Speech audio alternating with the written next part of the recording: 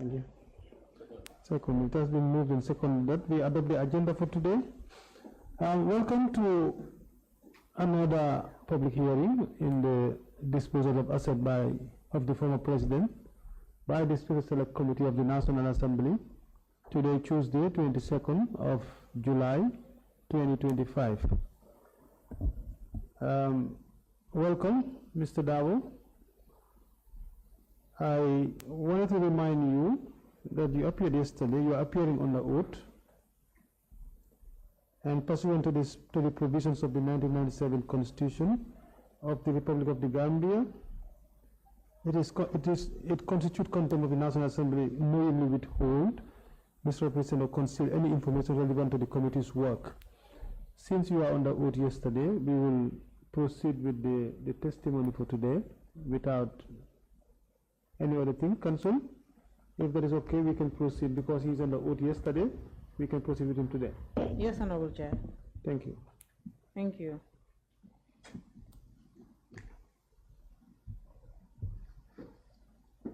Mr. Davo, good morning. Good morning. Yes, you can maybe just bring the mic a little bit closer to you. Okay. Yes, thank you.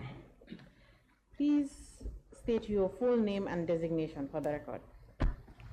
I am Mamadou Dabo, Director General, Gambia Livestock Marketing Agency.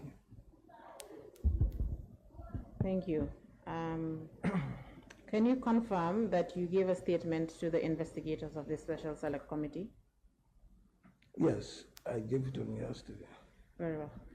I believe you've been given a copy of that said statement. Yes. You're having it with you right there? Yes. Thank you very much. So we can begin. Okay. Before we start your testimony, can you please give this honorable committee a brief overview of the mandate and functions of the Gambia Livestock Marketing Agency?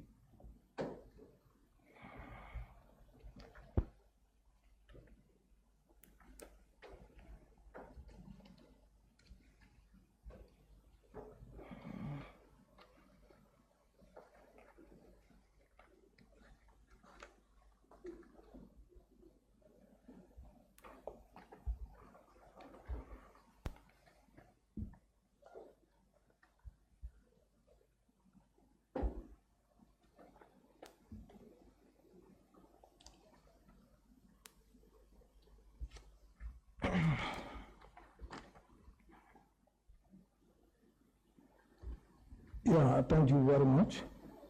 The mandate and functions of the agency, the Gambia Livestock Marketing Agency was created by Act of Parliament in 2008. However, activities commenced in earnest in January 2010. The mandate of the agency is to promote the commercialization and marketing of livestock in the Gambia and to facilitate the participation of Gambians in the marketing of livestock. The objective, the agency set to facilitate, promote, and regulate the livestock trade and all matters related to trade in livestock and meat. The main functions of the agency: one is to establish and manage livestock markets that meet zoosanitary standards for the sale and purchase of farmers in livestock. Two is to own and operate abattoirs and holding grounds with slaughtering and processing services that meet food safety and sanitary standards. And number three is to introduce the use of livestock weighing scale and bands for determining the live weight and prices of marketed animals destined for slaughter. The fourth one is to construct and lease out Lansing butcher shops which meet national food safety and zoosanitary standards. Number five is to take over the existing livestock sow grounds at Abuko, Frafeni, Yorobelekunda, and Basse, with all the infrastructure and in partnership with the private sector and farmers. Organize livestock shows, exhibitions, and other related activities. Number six is to establish a price determination mechanisms and marketing information system through a consultative forum to be established by the board. Number 7 is to disseminate weekly livestock and meat prices for the general public. Number 8 is to take over the management of cattle tax collected by the local government councils and load same into the livestock commercialization and marketing development fund. Number 10 is to collect fees for dealers' permits and rent for butcher shops. And number 11 is to develop and implement training programs through partnership or contractual arrangements with competent institutions, organizations, and individuals, experts for the various actors in the livestock marketing chain. Number 12 is to link Gambian livestock dealers and butchers with employment creation schemes, including projects and financial institutions. 13, to do all things necessary to facilitate livestock commercialization and marketing, including supplies to the local market, exports and imports. Thank you very much. Thank you, Mr. Davo. Take a look at paragraph 2 of your statement. Okay. Please read it out. My statement, paragraph 2. I joined Department of Livestock Services in 1992, where I served for 28 years before joining Gilmer in 2019.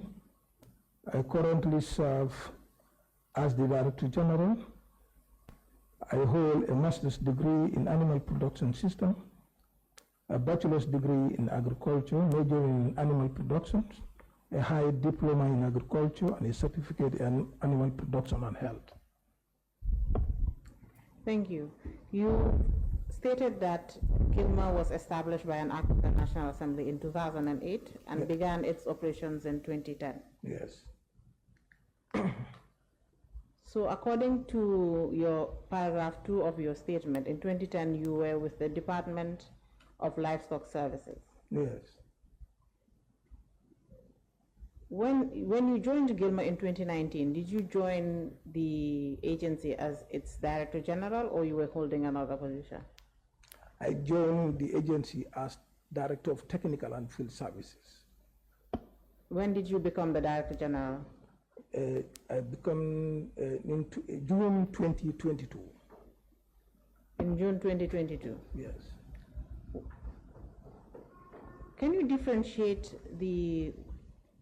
what's the difference between the Department of Livestock Services and Gilmer? Yeah, Department of Livestock Services is mandated or is responsible for animal production and health, while for Gilmer is responsible for marketing. Thank you. All right. So your testimony today will be focused on the livestock that was owned by the former president and its control post the change of government in 2017. So when the government changed in 2017, a commission of inquiry, which was famously called the Janneh Commission, was established to look into the assets of the former president, his dealings with public institutions, and that of his family and close associates. Prior to the establishment of the commission, the government put in measures to safeguard and preserve these assets that were supposed to be subject to the inquiry of the Janneh Commission. Part of these assets, of course, includes the livestock that was owned by the former president, and part of the safeguarding measures and preservative measures that the government took was to institute a suit at the High Court of the Gambia against the former president and obtained freezing orders and also other orders with regards to these assets. That includes, so therefore, the High Court issued an order on the 22nd of May, 2017, freezing and also placing different assets into the custody and control of different individuals and institutions in the government. and that is why Gilmer is here. All livestock was vested in all control and custody of livestock was vested in Gilmer's hands. Are you aware of this? According to the reference material we received,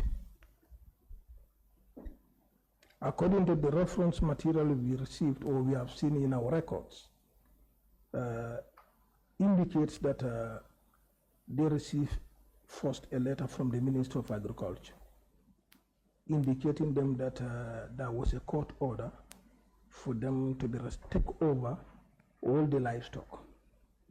But we also, Can you please clarify who them is?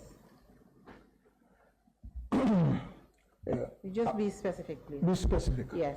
Yeah, it was on the 2nd of June 2017, the agency received a letter from the Ministry of Agriculture. And I think I submit that one. That letter came from one Ibrahim Sankare. Sorry, Honorable Chair, that letter he's referring to is marked as Gilmer 2.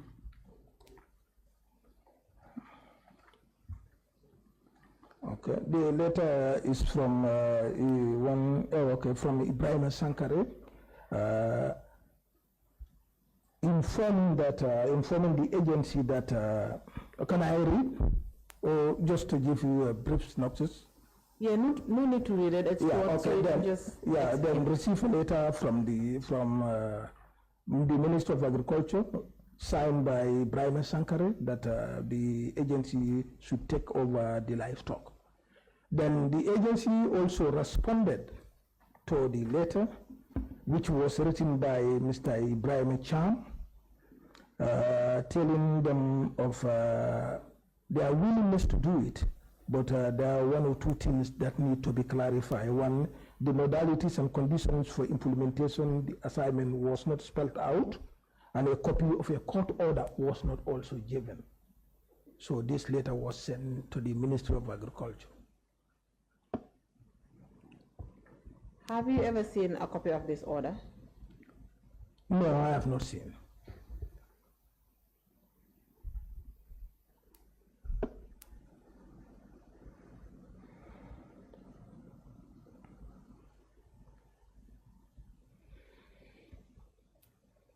Honorable Chair, we can just give the witness a minute to go through MOJ 5A.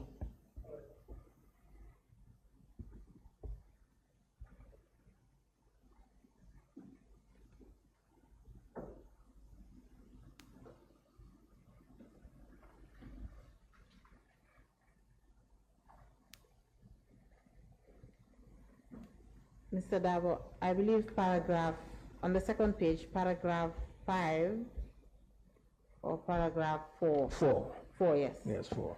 Paragraph 4. Yeah, that all the livestock. So what's relevant for Gilmer? Can you just read it out, please? That all the livestock held by or in the possession or control of the respondent, his servants, agents, associates, and family members, and otherwise, however, be and are hereby seized pursuant to this order, and are to be kept under the custody and control of the Gambia Livestock Marketing Agency, pending the conclusion of the investigation initiated by the Attorney General. Very well. Now that you've taken a look at that order, and you've also mentioned that a letter was received from the Ministry of Agriculture, what was Gilmer's first course of action when it received this letter or learned about this order?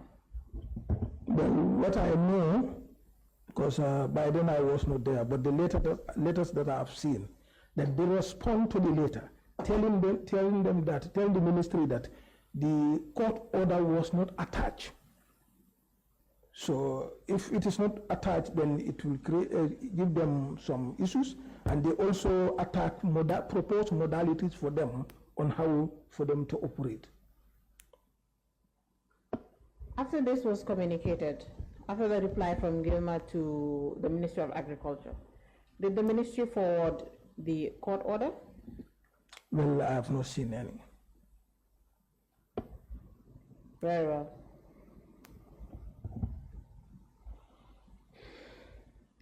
So right now, you're telling this committee that after the communication from the Ministry of Agriculture and Gilmer's also reply to the ministry, nothing was done with regards to the livestock or with the order, to execute the order, nothing was done. Yes, because if you look at my submission, one of them, the lead counsel in that commission, also wrote to the agency. Sorry, before we get to the commission, you know, this all happened before the commission was established. Okay. The order was obtained before the commission was established. And you can see that your communication with the Ministry of Agriculture was also before the commission was established. Okay. Eventually, we will get to what happened when the commission was established. My question is, after Gilmer was informed about this order, a reply was sent to the Ministry of Agriculture stating that a copy of the order has not been forwarded to Gilmer, but also asking for modalities and conditions for implementing the assignment. After that, did Gilmer try to engage the ministry or even engage the Attorney General on the issues that the order has, on the order of the High Court placing custody? Did Gilmer try to do anything to obtain this order or make any other effort with regards to the livestock? Yeah, thank you very much. Well, it will be very difficult for me to comment on that because I was not there. We were only banking on what we found in our file. Because the other communications they may do may not be written or it's not been filed, so it will be very difficult for me to say anything about it. Mr. Dabo, I understand that you said you were appointed in 2022. Yes, you were appointed in 2022. Yes. But Gilmer is a state agency, yes, and we expect that there are records. Records of anything that the agency does is supposed to be kept. Okay. And we also have given you enough notice with regards to the work of this committee. So we expect that at least you would try to look into your records, which you said that you have done, but also do your own research. Right? That is what we expect. So therefore, we understand that you are not there. We will get to a point, if we need to get to the point of your predecessor, then we will get there. But to just answer the questions as much as you can and be clear. We do already understand, you've stated this already, that you are not the Director General at the time. So to gain more clarity, who was the Director General of Gilmer in 2017? In 2017, it was late Bakari Baji. And at the end of, by December, I think something like Dr. Jallo came. But for the rest of 2017, it was late Bakari Baji. Thank you. What is Dr. Jallo's full name? Dr. Jallo is Dr. Demba Jallo. Okay. Thank you. To the best of your knowledge, was the entire management of Gilmer aware of the court order?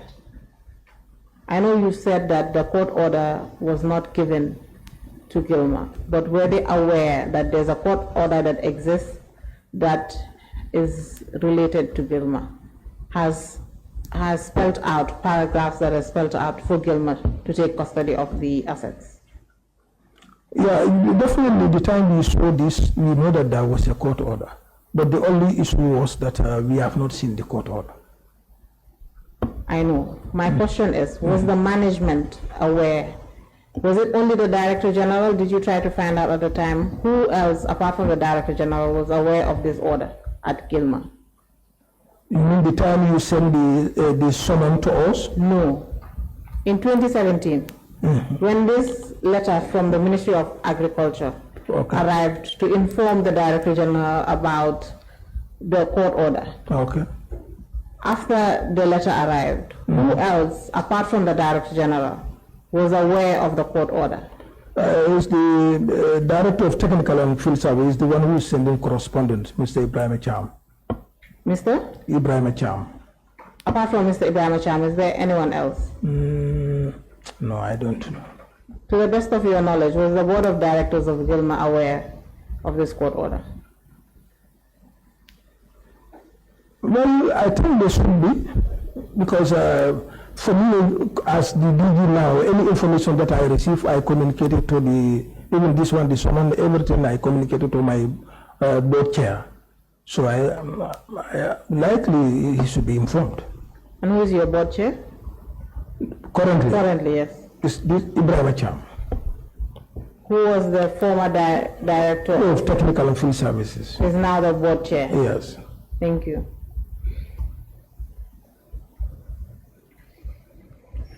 In your letter to the Ministry of Agriculture, Ms. Gilmer 3, marked as Gilmer 3, Honorable Chair. Can you turn to that page, Mr. Dabo?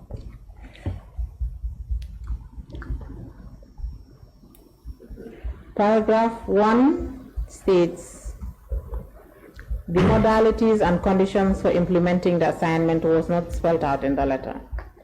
What modalities and conditions was Gilmer expecting to be spelled out by the Ministry of Agriculture? Have you seen the letter? You need a copy? Yes, no, I've seen. Okay. The modalities is attached. That's the proposed modality, where he is on top. They said court order for the Gambia Livestock Marketing Agency to take over the livestock purportedly owned by the former president. Wait, sorry, this is marked as Gilmer 4. Yes.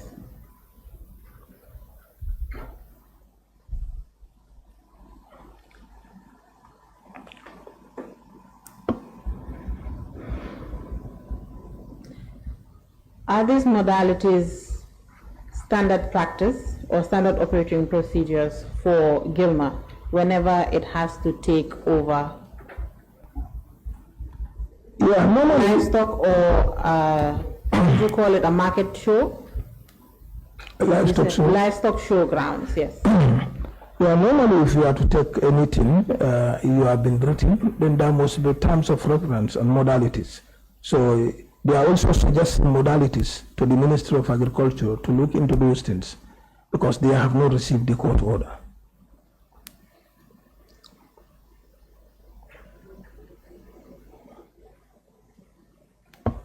Mr.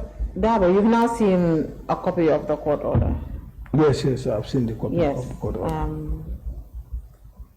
To the best of your knowledge, and in your opinion, was the court order not clear enough to state what Gilmer was supposed to do? Why did Gilmer need to ask the Ministry of Agriculture for directions or proposing modalities? Yeah, thank you, Ram. Yes, the court order is clear. If you have received the court order, is clear completely. But for me, my suggestion is, because they have not received the court order, they are now proposing modalities to the Minister of Agriculture. Because if they have received the court order, they will not propose anything. They will act accordingly. But it was clearly stated that they have not received the court order. So in response to that, that's the time he also proposed these modalities to the Minister of Agriculture, to the best of my knowledge. Because if they have seen the court order, obviously they will not. They will act accordingly, but they have not received. That's my humble opinion. Very well. So, to the best of your knowledge, again, does not receiving the court order justify Gilmer's failure to take custody and control of these animals?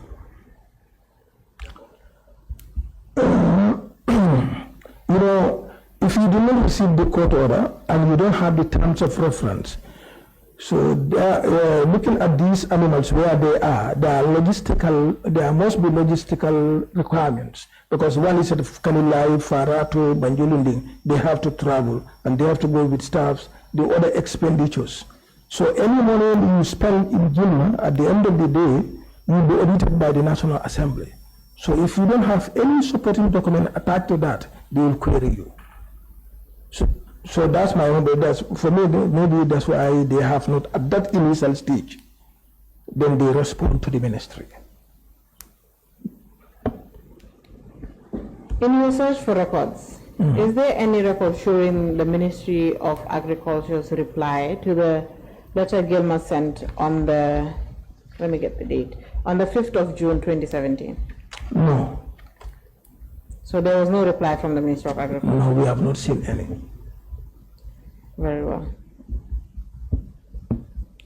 Mr. Dabo, in a situation like this, in your opinion, and considering the High Court is a public institution and has records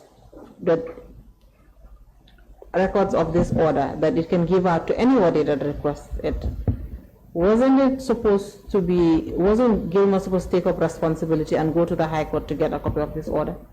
Or at least try to get a copy from the Attorney General? Yeah, if you look at one of my submissions, the author of the letter, Mr. Ibrahim Cham, did a telephone conversation to one Mr. Jallo at the Ministry of Justice to make a follow-up to the court order. So that means that they were willing, and I think he has already gone there to discuss with them.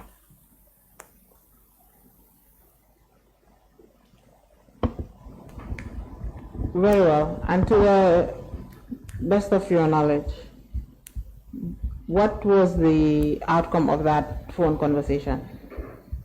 Well, I think it was positive because at the end of the day, they were involved in the evaluation.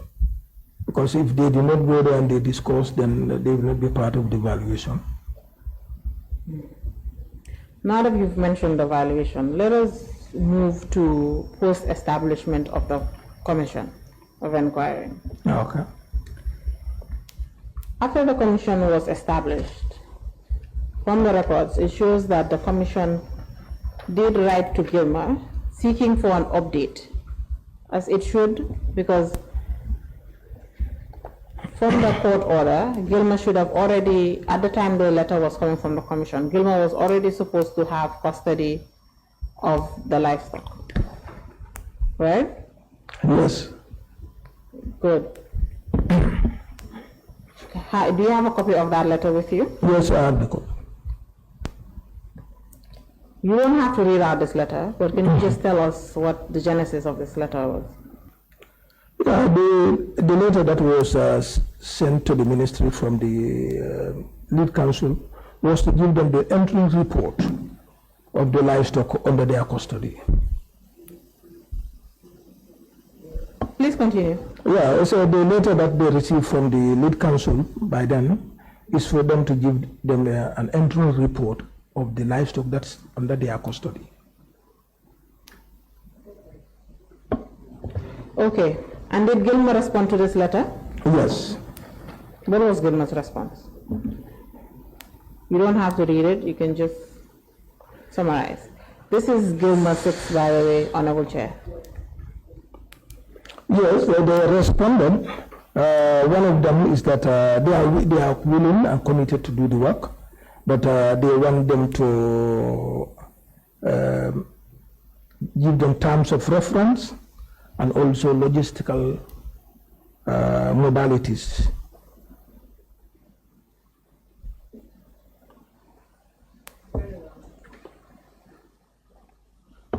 Thank you, Mr. Chan. You've mentioned the valuation. Prior to Gilmer taking part in that valuation, was there communications from the Janneh Commission to Gilmer informing them of the intention to conduct evaluation and inventory exercise for the livestock? Well, we have not seen any letter to that effect.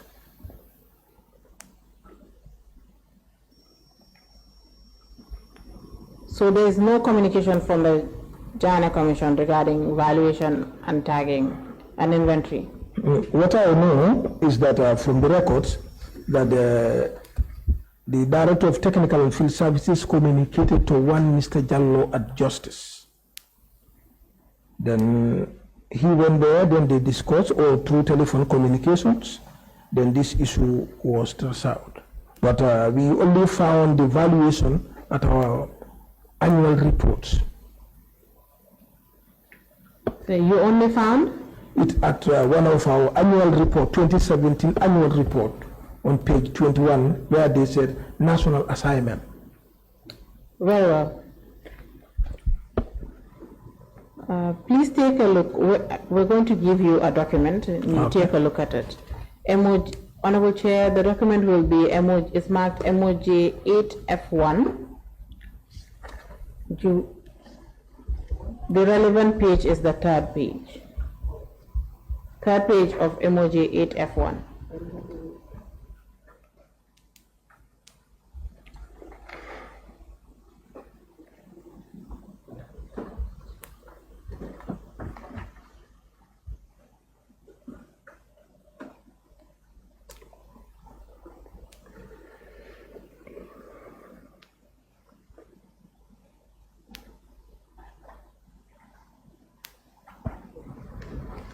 It's not enough.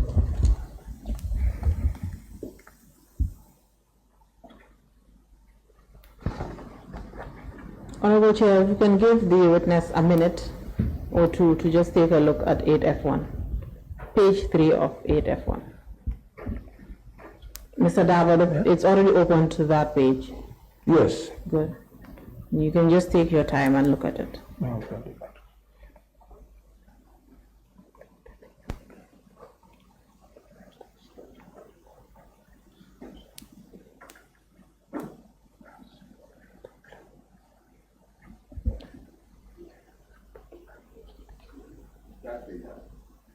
Yes, Honorable.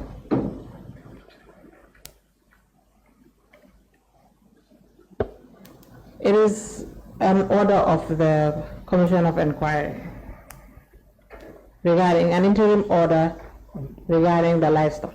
You found it?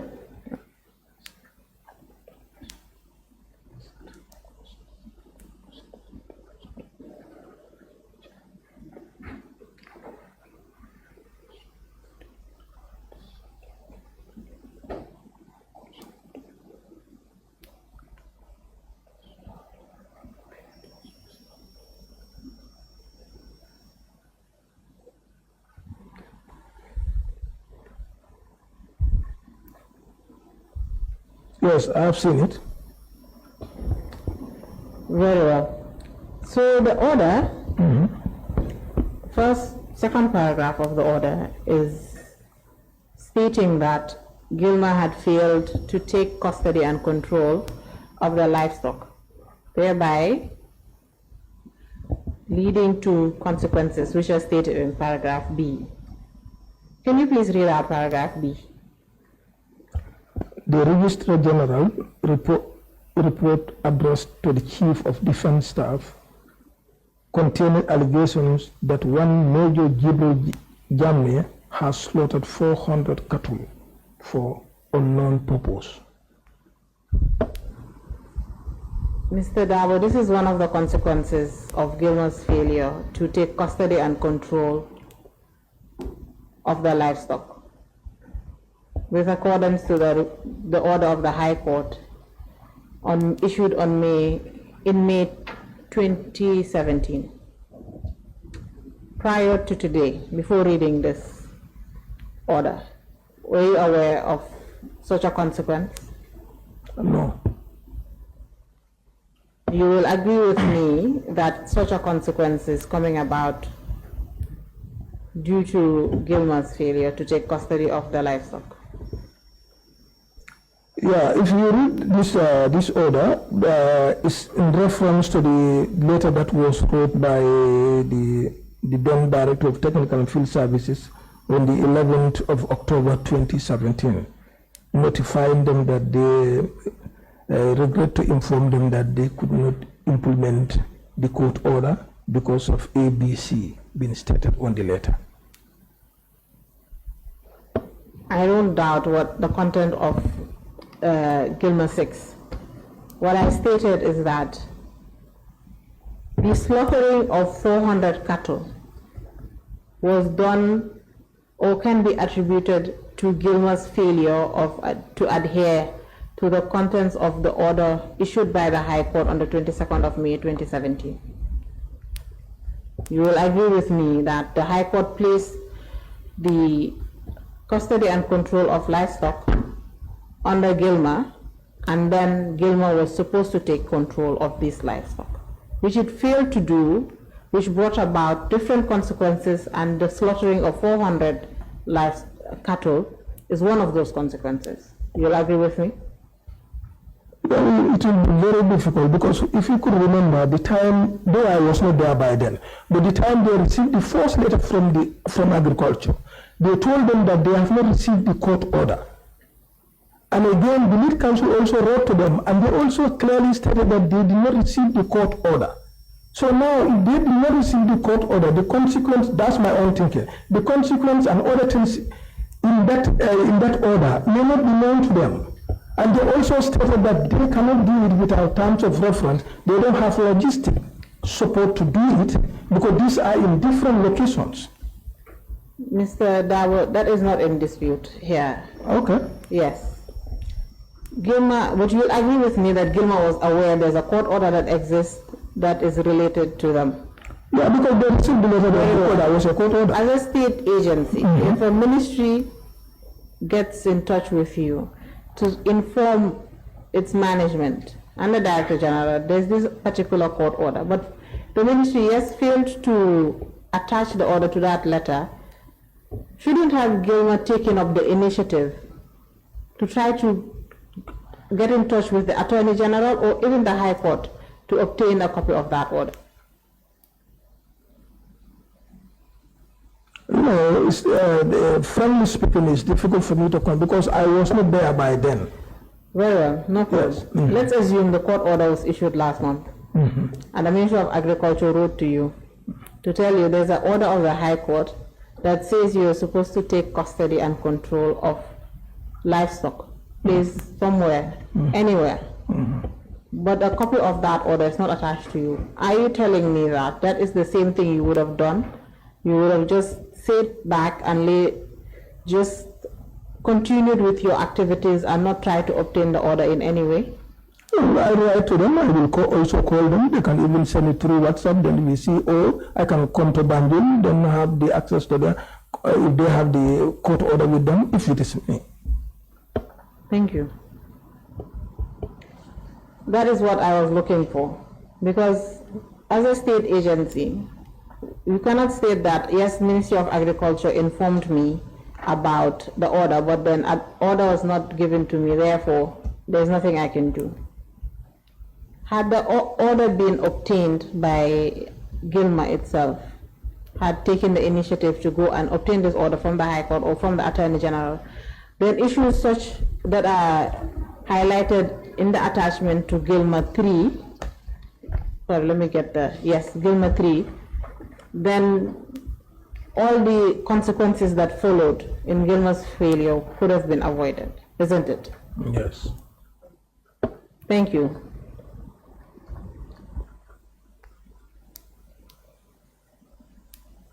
If you look at that order the order, not the order of the High Court, the order of the Commission of Inquiry, the Janneh Commission.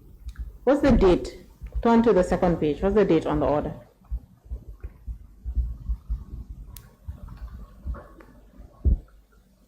Okay.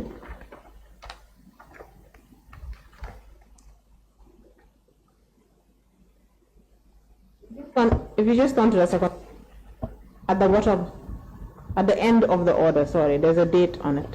Can you just tell me the date? 11th day of December 2017. You mentioned that Gilmer took part in the valuation and tagging of livestock at the direction of the Janneh Commission. Yes. When did Gilmer take part in this exercise?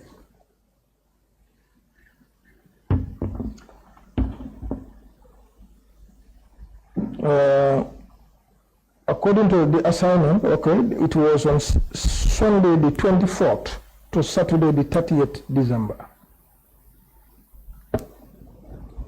Thank you.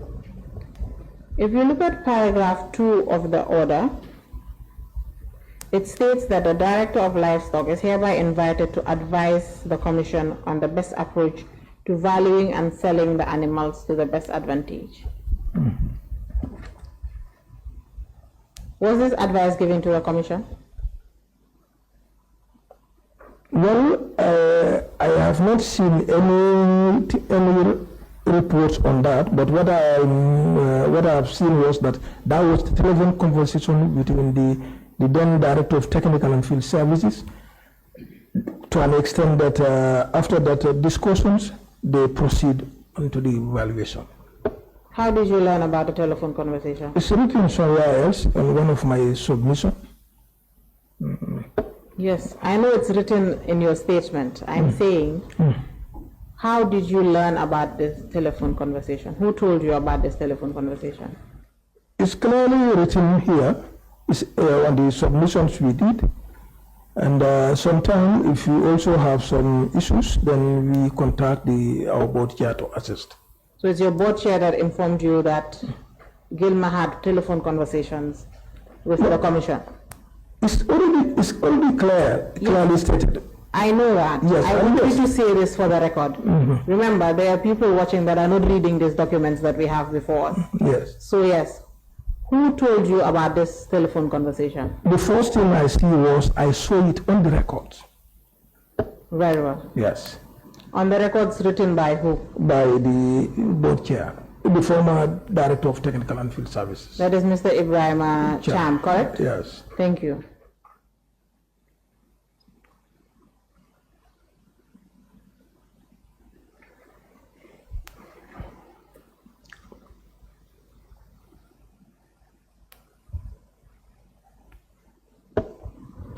So now we're going to tagging and valuation and the steps Gilmer took in taking part in the tagging and the valuation of the livestock.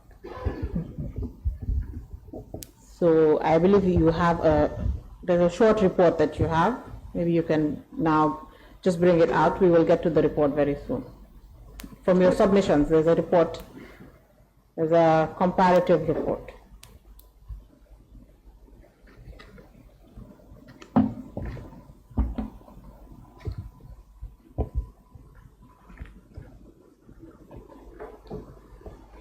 So before we get to the day of the tagging, to the best of your knowledge, aside of the telephone conversation, did Gilmer ever receive a copy of the commission's own order? That's the order you were looking at, marked MOJ F3. That's the third page of MOJ F3. To the rest of your knowledge, was Gilmer ever given a copy of this order? No, I have not seen. So Gilmer was not given a copy of this order? Well, in our records, for me, I have not seen any. Very well. But Gilmer decided to adhere to the order of the commission, to take part. Yeah, because due to that telephone conversation he has done.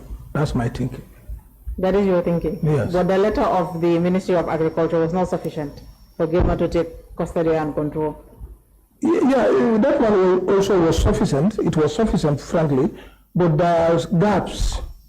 They were a challenge of one or two things. That's why they wrote to them, telling them of their challenge. They are willing to do it, but if those challenges are resolved, then they will be able to do it.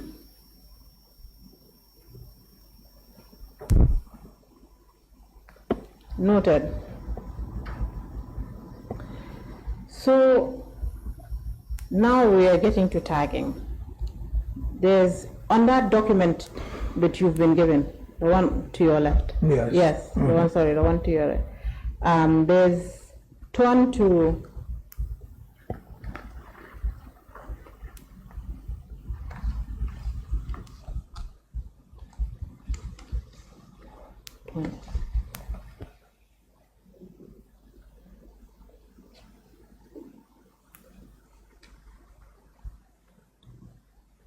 turn to MOJ 8F4.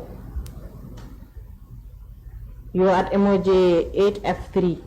So just keep on turning. 8F4, yes.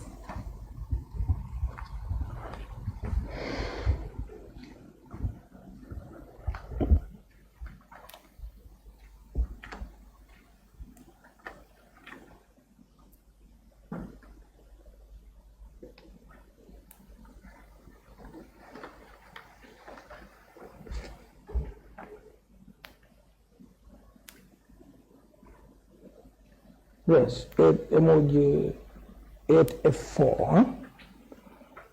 Yes. Yes.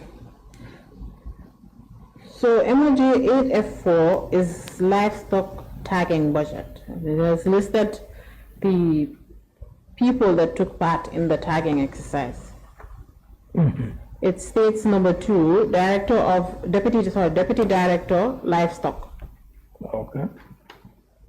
Who was the deputy director of livestock at the time?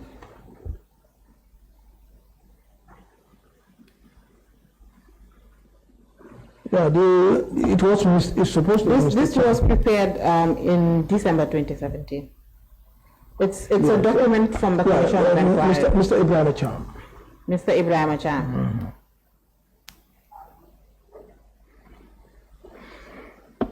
So according to this budget and according to your statement, 5 individuals from Gilmer took part in the tagging exercise, correct? Yes. Thank you.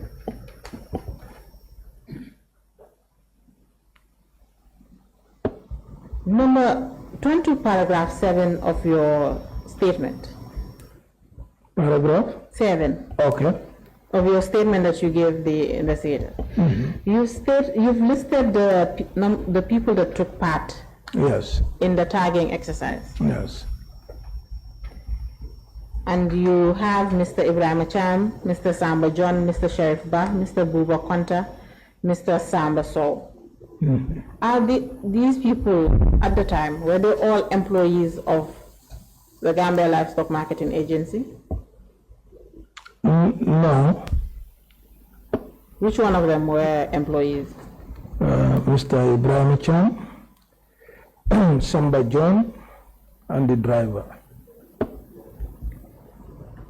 So Mr. Sheriff Ba, livestock assistant, and Mr. Buba Konta, livestock dealer, are not employees of the agency. Gilma, yes. But Sheriff Ba was a staff of Department of Livestock Services attached to Kanilai. So from the Ministry of Agriculture, yes. And then Mr. Buba Konta? Buba is with the National Livestock Owners Association, Brickham Market, on the Gilma as the Secretary General. Mr. Dabo, according to the Commission's order, okay, it was Gilma that was supposed to aid the Commission in tagging and valuation and also even identification and taking inventory of the livestock. Okay. Why were private individuals like Mr. Buba Konta invited to this exercise, and also Mr. Sheriff Ba, who yes works for the government but works for the Department of Livestock Services? Why were they invited to join this exercise? Well, frankly, it will be very difficult for me to tell you how they were selected. Frankly, I don't know anything about that, how they were selected. Yeah. Did you not make an effort to find out? Yeah, in fact, I got these names from the then Director of Technical and Field Services. The moment I saw it on our activity report, the Director of Technical and Field Services, and 4 other staffs. So that's the time I consulted him and discussed with him. Then he gave me these names. What I know of Siriba, because he's the one who is attached to Janneh's animals, livestock in Kanilai, responsible for animal health. So obviously, if you are to do any other activity, then you have to at least invite him to help you. He knows the animals. Then Samba John is also there, who works with the herdsmen, the Kanilai farm, though he's a Gilma staff, then work with them. Then he also take the records and other things, but he is diseased. Buba, what I know of Buba, is literate, is into marketing, that's his life, buying and selling, livestock dealers are buying and selling. He can also be there as a guidance to help them. Mr. Dawa, in your opinion, Mr. Buba Konta being invited to take part in the valuation exercise, is that not a cause for concern for Gilmer, that a private individual is invited to join a valuation exercise that was ordered to be done by a commission of inquiry issued by the president? Well, it's difficult because at that moment I was not there, but I think the reason they select him is to help them because he's every week, every day is in the market. He's a dealer. He'll travel to the weekly markets, buy animals, sell animals. So obviously he has the first-hand information on pricing. He can guide them. I think it's only for guidance. In your opinion, is that not a cause for, in your own opinion, now I'm not talking about the mind of Gilmer in 2017. In your opinion, is this not a cause for concern? That the government is doing something and now a private cattle dealer is invited in the valuation exercise? Remember, before you answer my question, this man sells and buys cattle. Now he's here to come and take part in cattle that is being held by, cattle that was owned by the former president and now essentially at the time being held by the government. Yeah, it's possible because he's a businessman.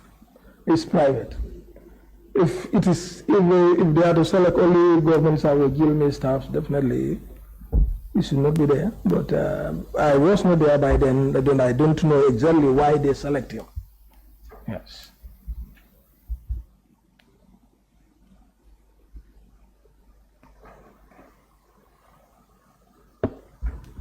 Okay. Can you tell this committee what method and criteria for valuation of this livestock that the Gambia Livestock Marketing Agency used at the time? All right, thank you very much. I think one thing that needs to be very clear is that we did not receive any report on the valuation in our files as Gilmer is concerned. So the method they use, it will be very, very difficult for us because we don't receive any report from the valuation. It's not in our file. The little that I made mention here is just through my Discord, because I was also concerned the time I saw the valuation written here in the activity report and submitted to the committee. I know that at least one or two things people will be able to ask certain questions on that. But definitely we have not received any reports. What I was told that it was categorized into small, large, medium, extra large.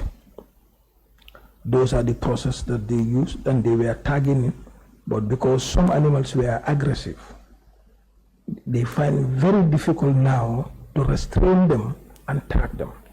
So what they do now, they have to categorize them into these, well, as I said, small, then they bought paint, different colors, paint. They bought? Paint. Okay, paint. Yes, okay. Different colors. And have a long stick where they tied clothes. So if it is small, if they agree that white collar is for small, they'll put it on that one and tick it. Then they mark. Because they are aggressive, they cannot be close to them. So this is how they did their marking according to the information that I have received. But definitely we have not received any evaluation report. What we were told is that the commission was the one responsible for the report. What we were told was that the commission was responsible for the for reporting. Well, as a livestock marketing agency, does Gilmer have any set criteria that it uses to value livestock? Yes, there are, but the problem is that if you are able to restrain the animals, then you will be able to do some of those things. So, because you can have the weighing scale, then you know their weight. Mr. Dabo, I'm not asking about what happened in 1970 now. Currently, Gilmer, does it have a set criteria it follows when it's valuing livestock? Yeah, yes, the set criteria one we look at is that the age, the weight, you understand, and we also term the kilo in terms of monetary, 1 kilo, what will be the cost. After slaughter and other things, those ones are also calculated. So we put into consideration in some of those things. So when you say kilos and the price of the kilos, what exactly do you mean? For instance, now, if you weigh an animal and you have 300 kilos, then you'll be able to advise them how much it will cost you. All right. So for today's market price, if you have a cow that weighs 200 kilos, how much would it be valued at? 200 kilos. It will be around. For today's market price? It will be more than 100,000. It will be more than $100,000 today. Mm-hmm. What is the market price for a kilo of a cow now? Kilo now for it's around 400. Around $400. Mm-hmm. Do you know how much a kilo was costing back in 2017? No, I don't know. I don't remember because I was not around. I was not in the country. Okay, no problem. According to this committee's third witness, who was a former secretary of the Janneh Commission, Okay. he took part, the commission of course took part in the evaluation and tagging exercise, and he was present. And according to him, the personnel from Gilmer were eyeballing the livestock and giving prizes, valuation prizes. Is this something that Gilmer does often, to eyeball cows, is it ram, whatever livestock it is, and to place valuation price on it? Is it normal practice? At times, but it's not often. At what times? Normally, we look into some of those things when the ram sale is fast approaching. You said for what? When ram sale, Tobaski ram sale is fast approaching, the animals, when the animals comes, then we assist them and, in order to set prices. And you just eyeball the rams? No, well, for me, frankly, I was not there to do, to say for such. It will be very, very difficult for me because the procedures they use to do all those things, definitely, it will be very difficult for me to comment on that one. But I know there are procedures if you want to set price. Yes, you have to look into those, the body conformation, the weight, yeah, you understand, then you look into all those things, you weigh it, then you can come up with. But they were challenged according to my submissions, the data that we have received. Maybe that's why they do that. But definitely, I don't know exactly what. Does Gilmer have its own weighing scales to weigh animals? Yes, there was a time we have weighing scales, but now we don't have. Because all the markets are now a little bit privatized. If we construct market, we hand it over to dealers. Then we give them weighing scales for them to use. We train them on how to use it. So if Gilmer was tasked today to value animals, it would not have weighing scales? Of course we have, they're in the markets.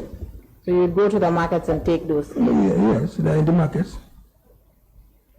You can even use the weight brand. No, there is another one that you can use. Then you just tie it here, then you will know the kilo. Then that will help you to do. Very well. So according to our third witness, it said the criteria, one of the criteria that was used by Gilmer, apart from eyeballing and placing a price, is calculating meat value. So is meat value the same as kilo value that you were telling us? Yes, the value, it, so that at least you'll be able to know. Because if you know the kilo now, at the end of the day, you can do the meat value. Then after that, then you will know that at least this is going to be the cost. That will determine you on how to do it. So meat value is different from the kilos? No, it's the same. It's the same thing? Mm-hmm. Very well, thank you.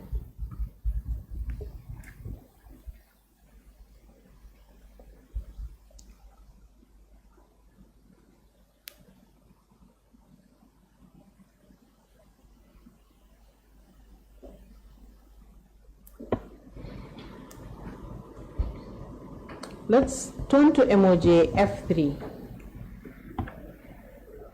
Sorry, 8F3. Yes.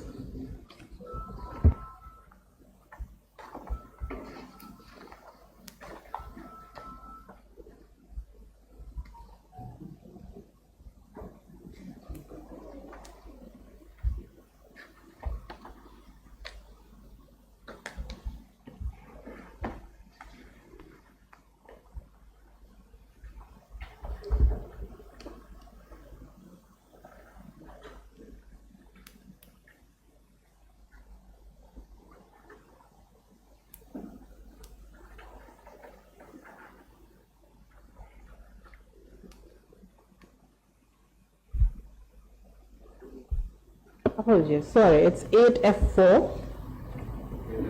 Yes, second page.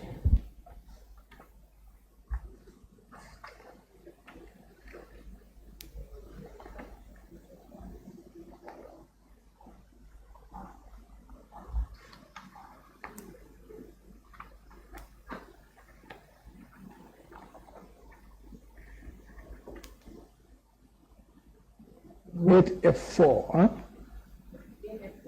Okay. 8F4. Okay. Yes, let's stick to the first page before. I know I first told you to look at the second page.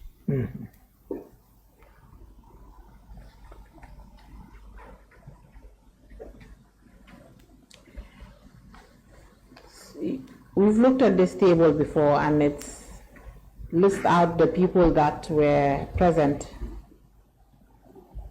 So, Honorable Chair, has the committee seen 8F4?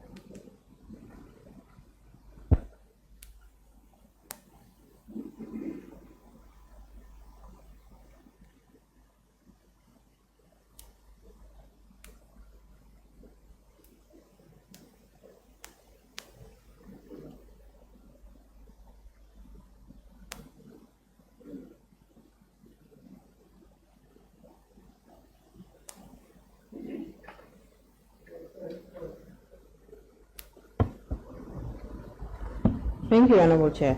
According to that list, Mr. Dabo, Yes. there were vets, a veterinary was present at the tagging exercise. Okay. Does Gilmer have vets working with them? No. No vets. And trackers, is it possible that the personnel from Gilmer are the ones being referred to as trackers?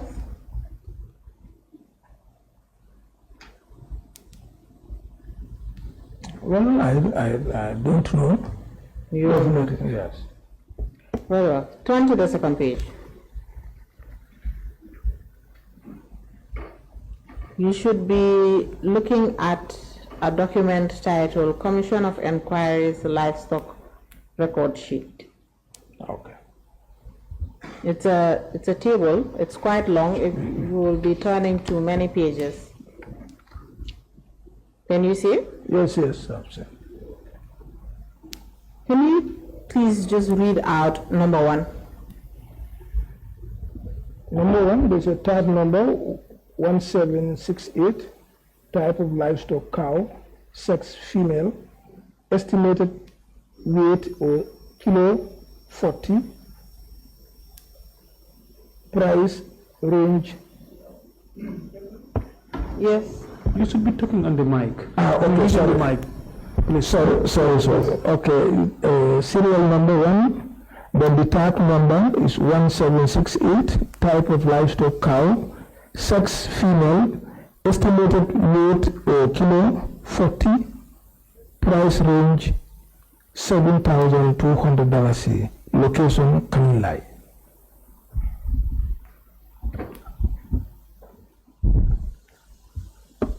Thank you. Please go to number 28 at the bottom of the table.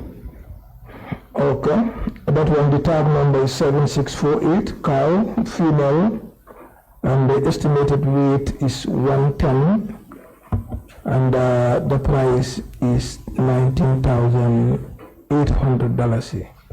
Kanilai. Thank you. So, just one quick question before we move on to the other parts of the questions that we have for you. In today's market price, how much would a cow, female cow, weighing 110 kilos cost?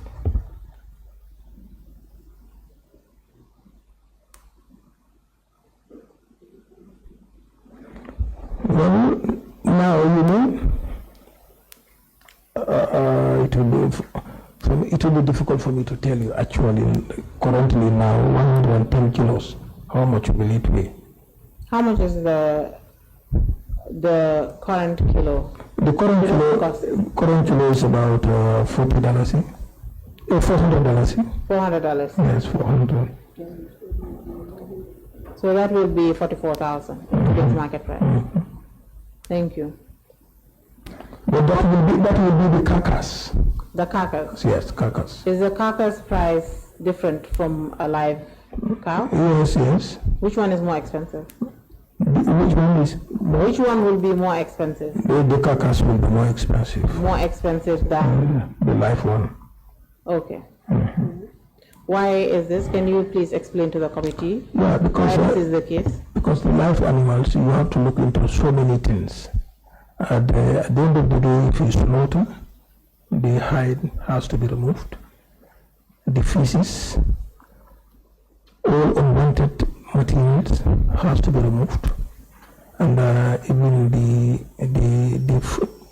head and other things, some of them will be removed. So you have to calculate all those things. Sometimes you can go into 2%, 3% or 5% of the live animal. So you remove all those things there, then you now go to the carcass. Wait. Okay. Thank you. So if I get you correctly, the price of a live cow is cheaper than the meat after the cow has been slaughtered. Of course, if not, you cannot. Because you have to consider all those what I have mentioned in valuing it now. Because there will be a loss to the livestock farmer.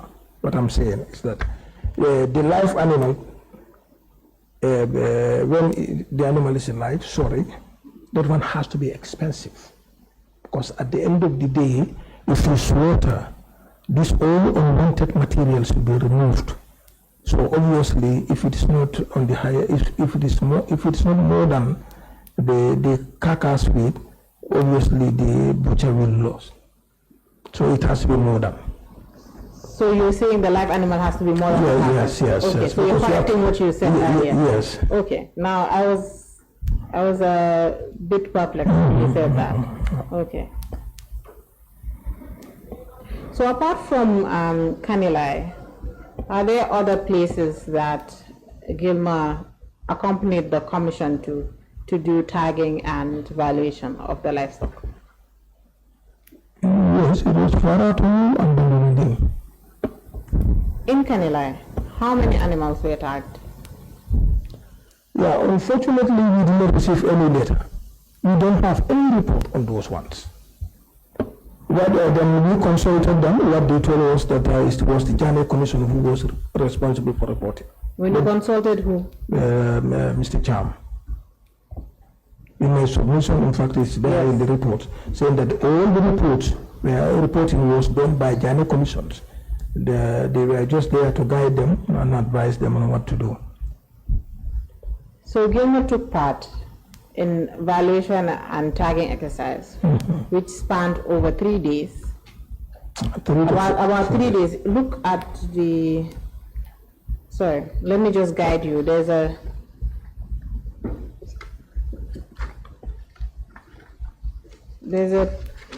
table with the dates.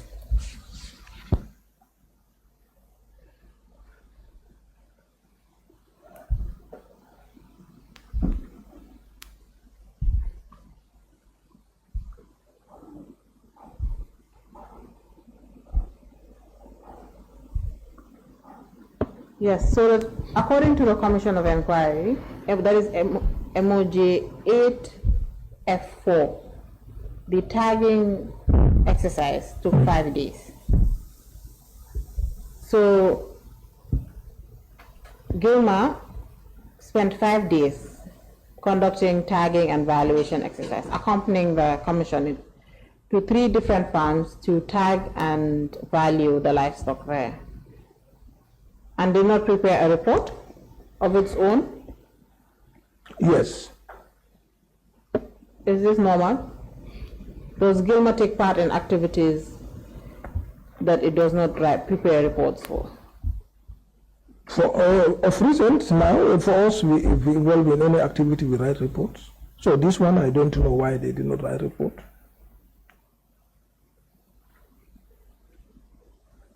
Very well. So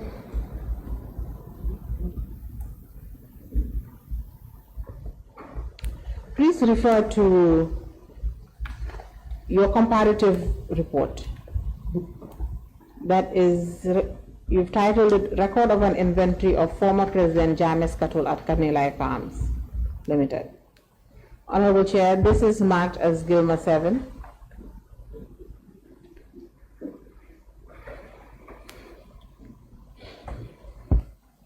Are you there? Yes, yes. Okay. So, in this report, please read out line 1 of the table, that is Kanilai. August 2016, done by GLME at Kanilai, they found 1,476.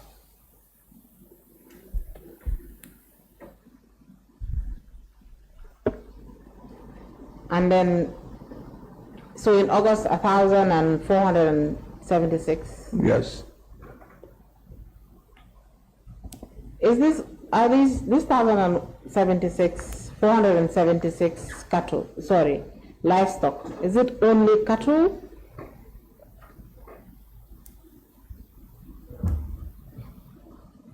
They're only cows? Yeah, cattle, yes. Okay. From your records, were there any other livestock in Kanilai back in 2016 other than cattle? No, this is what I have seen. This is the only record you have at Gilmer? Yes. So in 2017, in December, how many of that 1,476 livestock was left in Kanilai? 560. 560. Please go to Farato. Farato, 2016 was 1,200, and December 2017, done by jointly with the Commission, 56. Banjulinding? Banjulinding 780 in 2016, and December 2017, 22.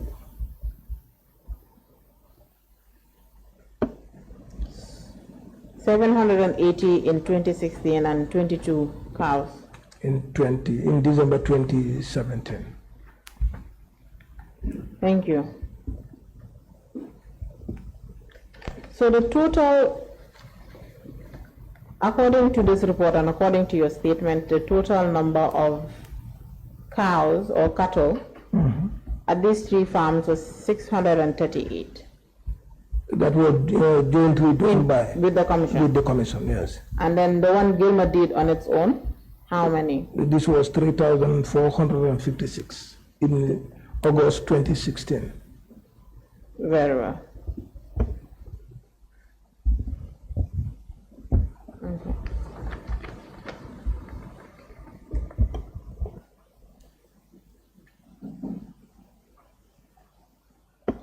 To the best of your knowledge, can you please inform this committee what you think is the reason for this stark and huge difference between August 2016, 18th August 2016 and December 2017 for all these farms?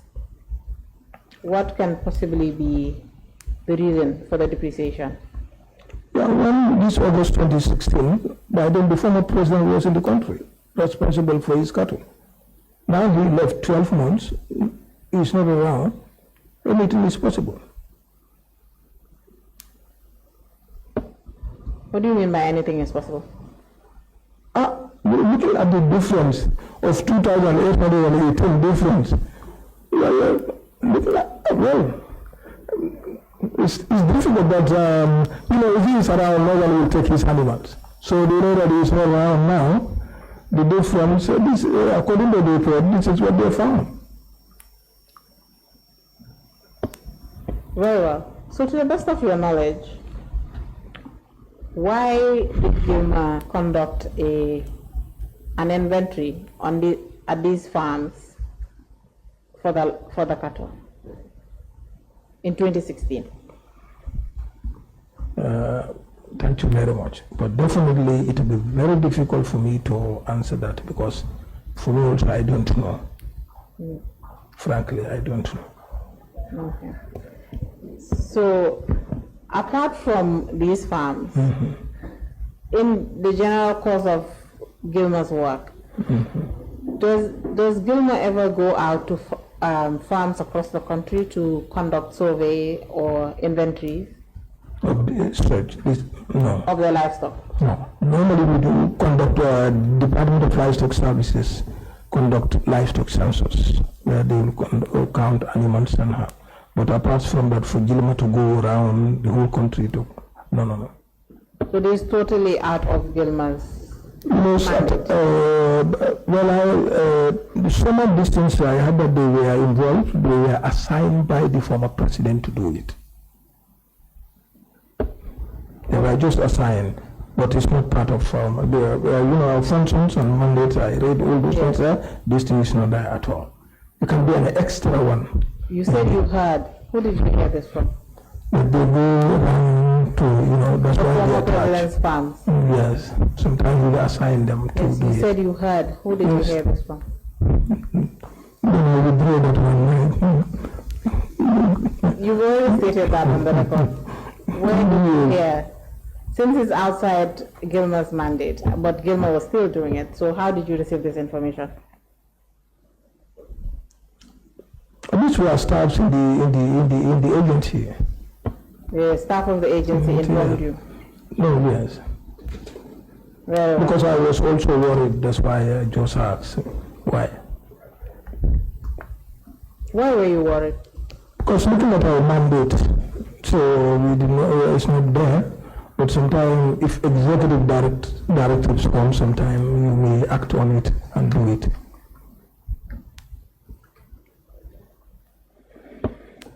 Thank you. To the best of your knowledge, did Gilmer take part in the sale of the livestock?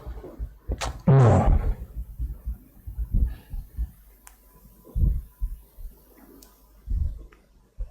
After the valuation exercise conducted in December, which Gilmer took part in, jointly with the Commission of Inquiry, I know you've already stated that Gilmer did not take record or keep any record of that exercise. Subsequently, did the Commission of Inquiry get in touch with Gilmer after the valuation exercise? I don't know. And you did not try to find out? No, I did not find out. Why?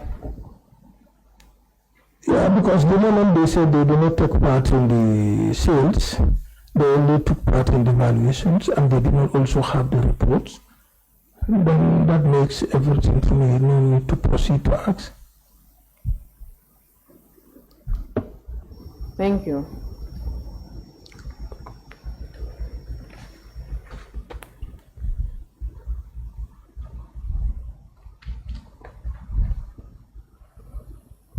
Apart from the documentation that you have submitted to this committee before your testimony here today, is the agency in custody of any document regarding livestock of the former president? Okay, thank you very much. The moment we received the summons letter, what we did by then, we were also worried because some of us were not aware that the agency took part. So we went into our files from 2010 to date to check. The correspondence, we only got two, one from the ministry and one from the lead council. These are the two that we received. We have shown one from the lead council and one from the ministry. And then later we realized that our activity report 2017, we also have one there.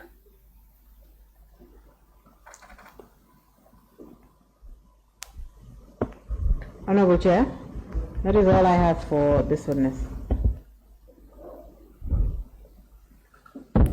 Thank you so much, Council.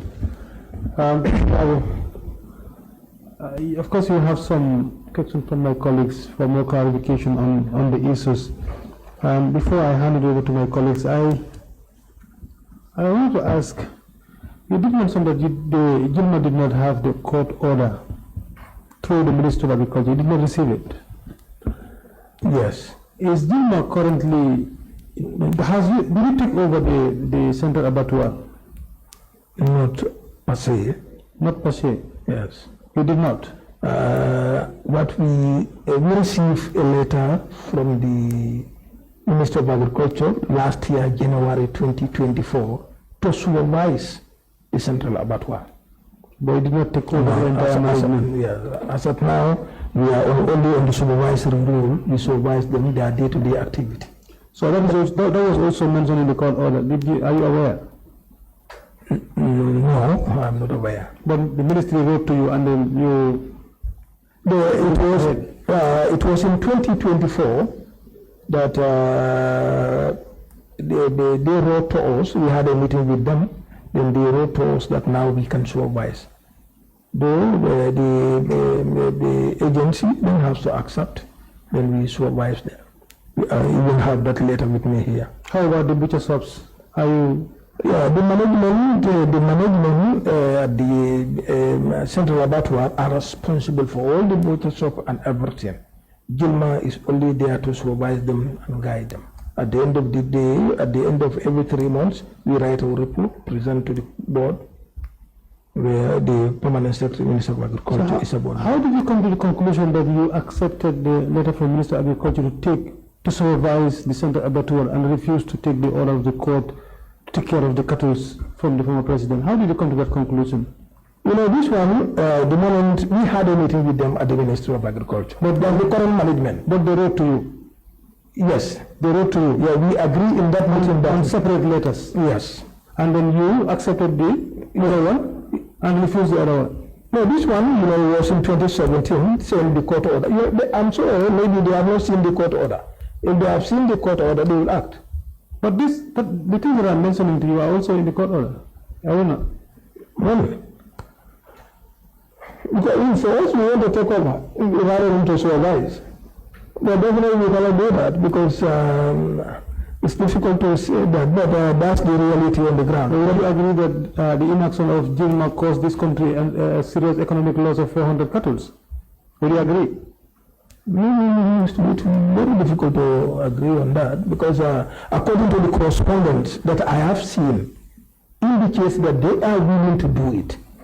That they wrote to them on the 2nd of June, they also responded on the 5th, telling them the modalities and the logistical involved. If the ministry responded to them that, yes, you can do A, B, and C, and do, I'm sure they will act. And what would have been the content of the TOR you were asking about? What were you expecting? Well, you know, I don't know. You know, I was not there by then. Now you're the current director now. What are you expecting to be the TOR For instance, if you are to use the GMA staffs, one, you have to use a vehicle and you have to fuel it. And if you have to stay there for 2, 3 days, 4 days, you have to give them at least a DSA. Then other teams also have to look into the other modalities. You look into other factors, then all those things in place, then you go ahead. But don't you think you could have taken charge of that and then finance them and later report and then ask for reimbursement? Would that not be enough for you? It depends on the subvention. Sometimes you receive the subvention, you pay salaries, nothing will be left. All right, thank you, colleagues. Questions? Thank you very much, Chair, and thank you, Mr. Dawa. So I will start with your report from the summary to be produced that you submitted to the investigating team. On page, this was a letter dated the 6th of October 2017. Well, in the letter there is no page, but it's about 1, 2, 3, 4, the 5th page. Yes, on the 6th of October? Yes, 2017. Yes, okay. From the Commission of Inquiries, with regards to the update on the ex-president's Janneh's pursuant to the order, the request about the Commission investigating, they want you to give them an internal report on the livestock under your custody and its management. Were you able to respond to this letter? Yes. Based on what? It was responded on the 11th of October 2017. If you look at the second to last paragraph, where they say, while I still look forward for the intervention of relevant authorities in addressing the concern raised earlier, the agency remains very committed and willing to undertake the task assigned once the TOR and other logistical modalities are established by the concerned authorities. But there was no report sent to them? No. This was the letter that was sent, as I know.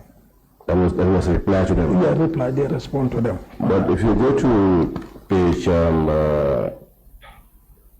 this is about the Gambia Livestock Management Agency, GILMA, giving a report on the amount of animals that were there in 2016 and 2017.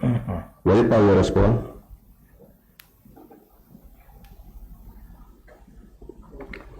Well, it will be difficult for me, but what I know of this one, during the evaluation, the total number of livestock that was been recorded, that's what it entails.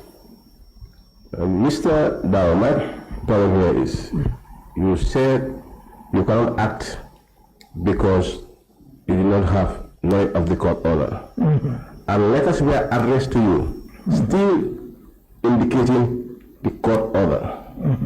At times you acted on them by replying. Can you please tell me on what conditions were you replying? Because you are demanding for a court order, for you to be aware of the court order, be sent to you. You were not served with the court order, unless you are still replying. And only the content of the subject of the letter, there is always court order mentioned in it. Why were you replying? Thank you very much. Definitely what you said is right, but it will be very difficult for me to respond to that because I was not there by then. Then I don't know what decision they normally take. If they receive the letter, how did they come up to reply to the letter? Because we have not seen anything, any communication on some of those things. So I mean that it is an office, and an office goes with continuity. Yes. In your absence, there were people who were dealing with the commission. Okay. When you took charge, I think they were able to hand over to you. And when we were into, with regards to this subject matter, we are able to engage and sit with the one who was there and ask him why A, B, C, and D? Yes, I engaged some. This is why we even have this inventory where you have 2016, 2017 data. I got the information from them. I also engaged because definitely the time I received this thing, then I was also worried. So, is Janneh involved in this? Then we went into records and we see only 2 correspondents. Then we say it's better now, we ask them. But what they told us was that Janneh Commission is the one responsible for reporting. For report writing. They do an activity with them, they write. Those people are the ones who normally do that. For them, they were only concerned that they have not received the court order. Now they respond to the ministry that they have not received the court order. So we have not seen any order letter from the ministry in relation to that, where they have given them the court order. So definitely it will be very difficult for me to respond to that, because I have not seen any. Mr. Dawo, you have not received the court order. The commissioner was responsible of their report. But at your own end, the people who are representing the agency would also prepare their own report, right or wrong? Of course. We are not doing that. Well, we have not seen any. We asked them, they said there is Janneh Commission responsible. So as the MD, the current MD, how will you call that action? Well, if I am involved at the moment in time, for me, I will not report. No, I'm talking about recently. You are not involved, but those who are involved, what should have been the action on them? Their failure of reporting, giving us the report or to write the report? Yes. Well, for me, frankly, I was not there. I don't know what was the arrangement between the agency and the Janneh Commission. Maybe they may agree. One thing I can say, even they have agreed for Janneh Commission to write the report, at the end of the day, Janneh Commission should also copy them the report. And they are not copying. Well, for me, I have not seen any. And let's see, you are still active. You were involved. You were engaged. Yes. Yeah, because if you see one of the communication, it's clearly stated that there was a telephone communication between the then Director of Technical and Field Services and one Mr. Jallo at Justice. To that extent, if you look into that one, then maybe that may be a follow-up. Mr. Dawo, telephone conversation with somebody, I can call you on a different issue. Yeah. And indicate I have called Mr. Dawo, the MD for Gilmer, and stop there. If my other colleagues ask me what are you talking to him, I might give him a different story. So for a telephone call, I cannot definitely give you what we are looking for. That was just a telephone call. What do you mean? It's started somewhere else. No, I'm not talking about the call. Yes. The call cannot qualify the claim that we are referring to now. Right or wrong? Cannot qualify what? When you say that they had a telephone call, that's why you were involved. Can that be enough? Well, I think what is they should have responded to their letter, or they go there in person, talk to them, discussed. Well, I'm not there at that time, but maybe it may be due to they call them, make arrangements, and they also go to their office and discuss. Because if they have not discussed, I don't think they will go in for valuation. When Mr. Dawo, they write to you as evidence and send it to your office, address to your office. Before taking action, who have been wise for you to reply based on their letter to promise our support? Yeah, they also responded. Only 2, according to you. Yeah, this one for the lead, it was the lead counsel who asked them to submit the report, the end report. They also wrote to him telling her that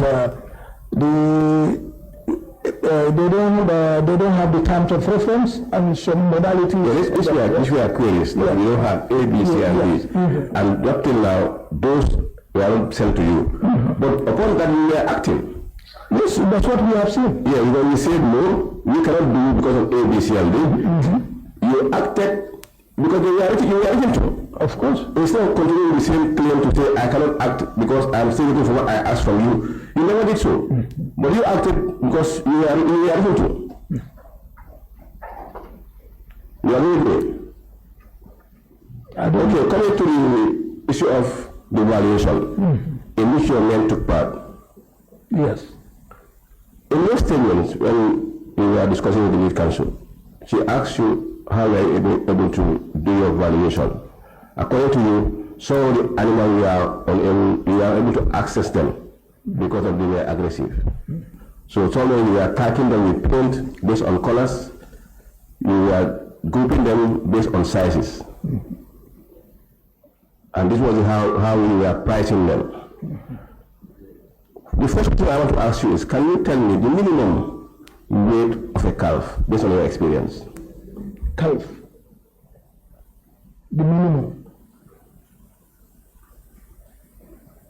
Jalike or the exotic breed this man has, or what? Okay, the ones that were owned by Janneh. I think these ones were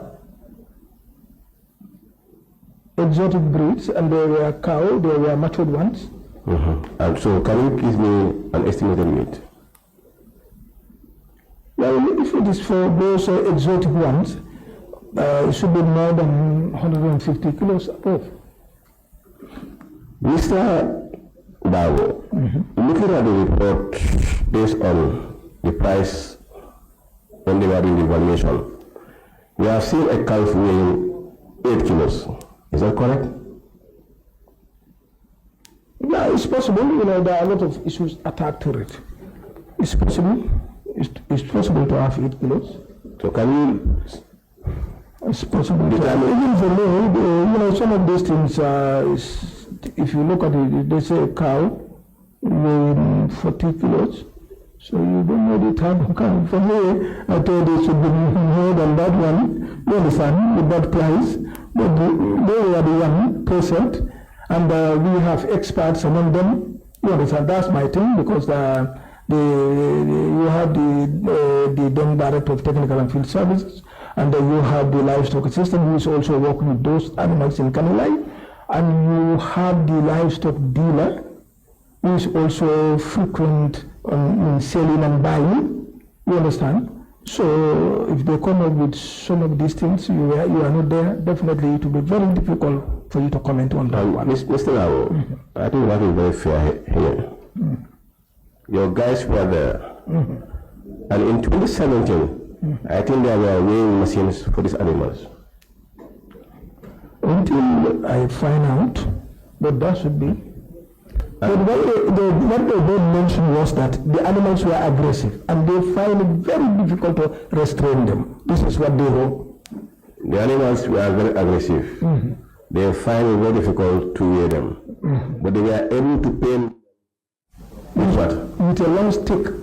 Fine, with a long stick. Yes. We are only able to use 1 or 2 people that can apprehend very aggressive animals to come on among those groups, among those categories, to at least weigh each, to be specific. Yeah, yes, but I don't know at that point in time why they come up with that idea, frankly. So it was deliberate. For me, I will see it as deliberate, because this was a big loss to the state. You can only sit and estimate an animal by looking to say it's weighing 8 kilos. And then you give it as a reserve price, and a reserve price for somebody who wants to sell outside. In which way we involve in the selling.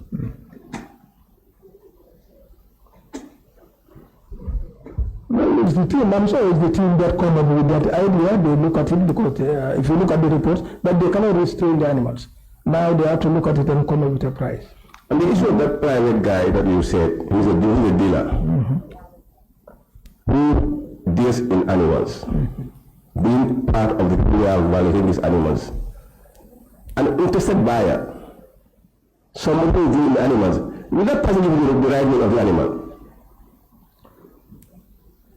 On normal sense, as Gambians, we are here for the interest of this country. Yeah, of course, he should be honest and sincere to give. If at all that there must be conditions in selecting him, for instance, we will not buy any animal from him. All those conditions are there. Then he also becomes very sincere. Then he can guide you. Were those conditions there?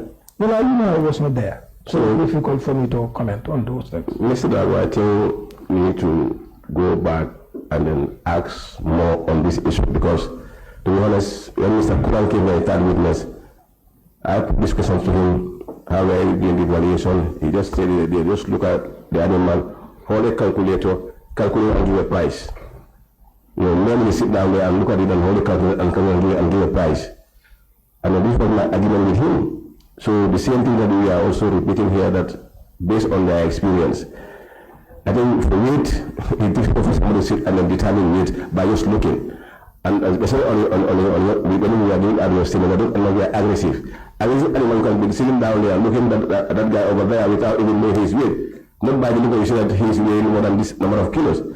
So to be honest, Mr. Dabo, your guys owe the state a lot because they cause the state a lot of losses when it comes to these animals. Mr. Dabo, let me go back to this thing, the gentleman's rule on these animals. You say you are not responsible. You are not? You are not responsible of the animals. You are not responsible. The officer is not responsible of the animals. For the Janneh's animal, the cattle, they are under your responsibility. They are under your responsibility. No, I don't. Okay, concerning the number of animals that your guys gave an inventory on. In 2017, they gave an inventory for Canada, ABC, and they were they able to visit the seafood farm? That's not included. I have not seen that one. But you don't know whether they were able to visit the seafood farm? No. And when you came into the office and look at the two areas, or the two dates, October and then December, 2017 and 2016, was there any question with regards to the difference, how it happens? Of course, because if you look at 2016, August, with 3,400 plus, and December 2017, 638, a difference of... A difference of 2,818. It's a concern to us. To me. Were you aware of the report of the 400 cattle? No, I just saw that one here. You are not aware? No. Mr. Dabo, I think I will allow my other colleagues to ask you further questions, then I might come back for other follow-ups. Thank you, Chair. Thank you very much. Mr. Witness, can you kindly inform this committee the current population of these animals? Currently now? Yes. No, I don't know the population. Is there not overseen or have not overtaken these animals? Well, initially, your issue was you didn't have a court order and there was no modality. Perhaps now you have passed that hurdle. I want to believe you are fully in charge of these animals. Is there any animal now? Well, I don't know, I'm just asking. You are now answering my question then. Can you give me the current population of these animals? Now you are saying, at first you don't know. Now you are saying, are there any animals? I'm asking, so a question cannot answer a question. Yes, okay, thank you very much, Honorable. The reason I say that because I was told that they sold all the animals. Thank you very much. So now, if you ask me that how many animals are there now, it is... You just give me the answer. I just asked a question. You told me you are informed that all the animals are sold. No, there's zero. Thank you. In your response to the chair, as if you would agree that Dilma's non-adherence to the court order has cost the country a lot of economic losses. Your answer was, it's difficult to agree. Now my question is, it would be difficult, I said. My question now is, difficult as it is, have you now agreed that it costs a lot? Because that answer wasn't, for me, wasn't satisfactory. You always said it was difficult. Finally, you may agree, yes, after difficulties. Do you agree or not? At this point in time, I just said no, because according to the reference material that I have received at the office, based on that, does not indicate that Gilma has caused to that effect. It's just now that I saw this one. I saw this reference material. Yes. But for us, as we are concerned at the office, these are the informations that we have received, and we thought that everything has gone fine. So now, if we have received this one now, is a cause of concern to us too, because looking at their response, the two response, they were stating their challenges to the authorities concerned to help them to solve those challenges in order for them to avert maybe the losses that you are talking of. But I have not also seen any response from those authorities to Gima. So definitely it is going to be very difficult to agree on that, because for us at the office, we have not seen anything that the losses. It's just today that I saw this one here, frankly. So with the losses you've seen today, would you agree now that? Yeah, the losses I have seen, I don't know the cause of those losses. Okay. The cause of those losses has to be spelled out and know what happened or what relates to some of those causes. Thank you. Thank you very much. Again, in your response to council regarding the evaluation, can you be precise as to what methods were in place? When council was asking you, you did say that there are methods in place. Can you be precise what methods are in terms of the evaluation? You said I made mention that there were methods. Methods at Janneh. No, what I was just telling them the reasons. One, you need to know the age, the body size, or the body conformations. You understand? You also have to weigh the animal. So if you weigh all those things now, then you'll be able to determine the price. Okay. But if you do not do that, definitely it's going to be very difficult to come up with. If you look at the correspondence, what they said was that it was difficult for them to restrain it.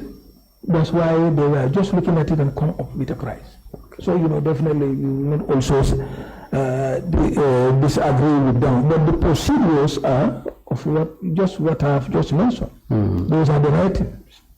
Okay, my last question would have to do with the kilos of an animal and the meat value. Are you saying if an animal is weighed, and for example is given 100 kilos, that is the same as the meat value? No, it's a live value. No. It's different because if you weigh now, after slaughtering, automatically you know that you will have 100 kilos. It will goes down completely.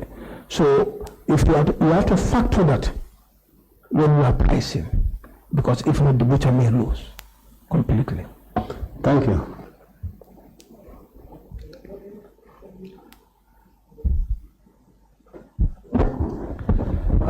Thank you very much, Chair. Thank you, Mr. Dabo, or Director, if I may refer. My question will be looking at the number of couples. Looking at the figures you have given,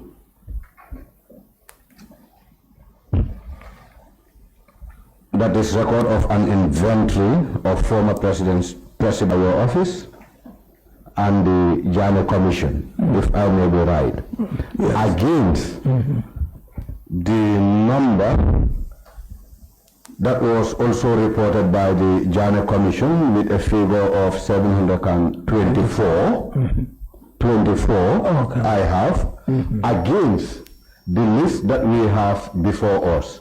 Because the list that we have before us, that is on the vehicle assessment valuation report on vehicles acquired by ex-president, that is this document, right? Okay. That is MOJ 8F3 or 83F. If you are able to count on what is on that list, we have about 617. Within these three figures, what clarity can you give to this committee in terms of the heads of cattle that the former president has at his custody? Yeah, thank you very much. As long as GMA is concerned, we'll only bring on the report that we have received. This is what we found, that is 638. And this was given to us by someone who took part on this activity. So now, I just want us to be a bit formal in terms of what we can believe in. The 638 that you got from your source contrast to the 724 cattle that were reported by the Janneh Commission. Within these two figures, what do you think one could rely on?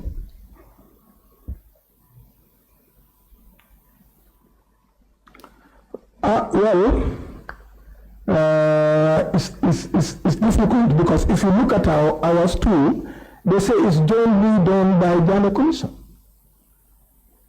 So, but what you have seen, I also saw it in the newspapers before we looked into these ones, that it was either 724, 725, something like that, in one of the newspapers. So the moment we also saw this, then it was we were worried. So what went wrong?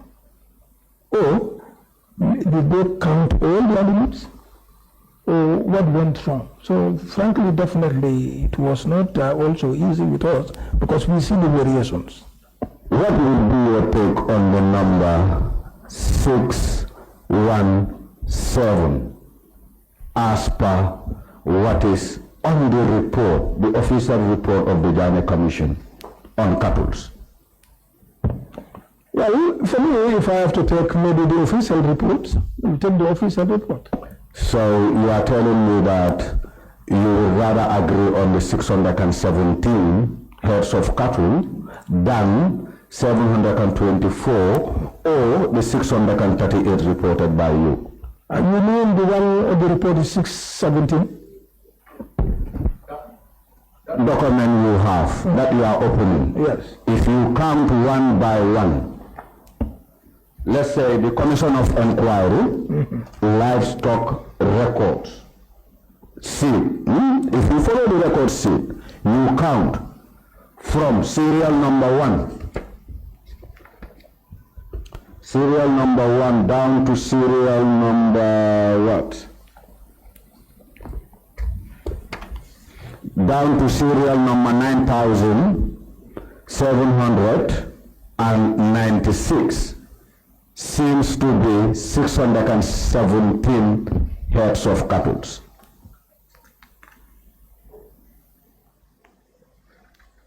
Okay. Yes, I want an answer, Mr. Janneh. It's Mr. Bawo. So, well, it's a difficult way when you're trying to put me at a funny situation because the one is 617, the other one is 638, and the other one is 724. As far as GMA is concerned, the one that we have is 638. We'll just go with our 638. That's because this is what is in our office, and we cannot change it. Okay, so going by the records you have from your office, will it be correct to say the 617 and the 724 might be cooked report? No, it's difficult because all these things emanated from the reports unless the author, the one who was present, and also come with this 638 confirm. Mr. Dabo, I think now I will take you on the motion. And the affidavit was signed by one Mr. Aliu Jallo. Okay. Yeah? Yes. And in the content of the motion, he also tried to justify for the sales of these cattle to be done simply because the animals were at risk. In the content of that motion, he did indicate that there were about 800 heads of cattle that reduced to 600. What is your take on this number as well? Does the report with you? It's not the report, I meant the motion. You said they have 800. Yes. You know, the motion was supported by an affidavit through Mr. Ali Jallo. And he made a claim to say, when the ex-president left, the animals or the cattle were at risk. Yeah? And the numbers he gave in that affidavit was, there were 800 heads of cattle that has declined to 600 heads of cattle, which for me is still confusing, looking at the figures we got from you and also the numbers we got from the Janneh Commission. So I just want to get an idea from you. Suppose you have even seen that affidavit. No, I have not seen it. No. Seen it? Yes. Okay, even if you have not seen this affidavit, now in the affidavit, the claims are the heads of cattle were 800, that has reduced to about 600. Do you think this should be something that one should believe in?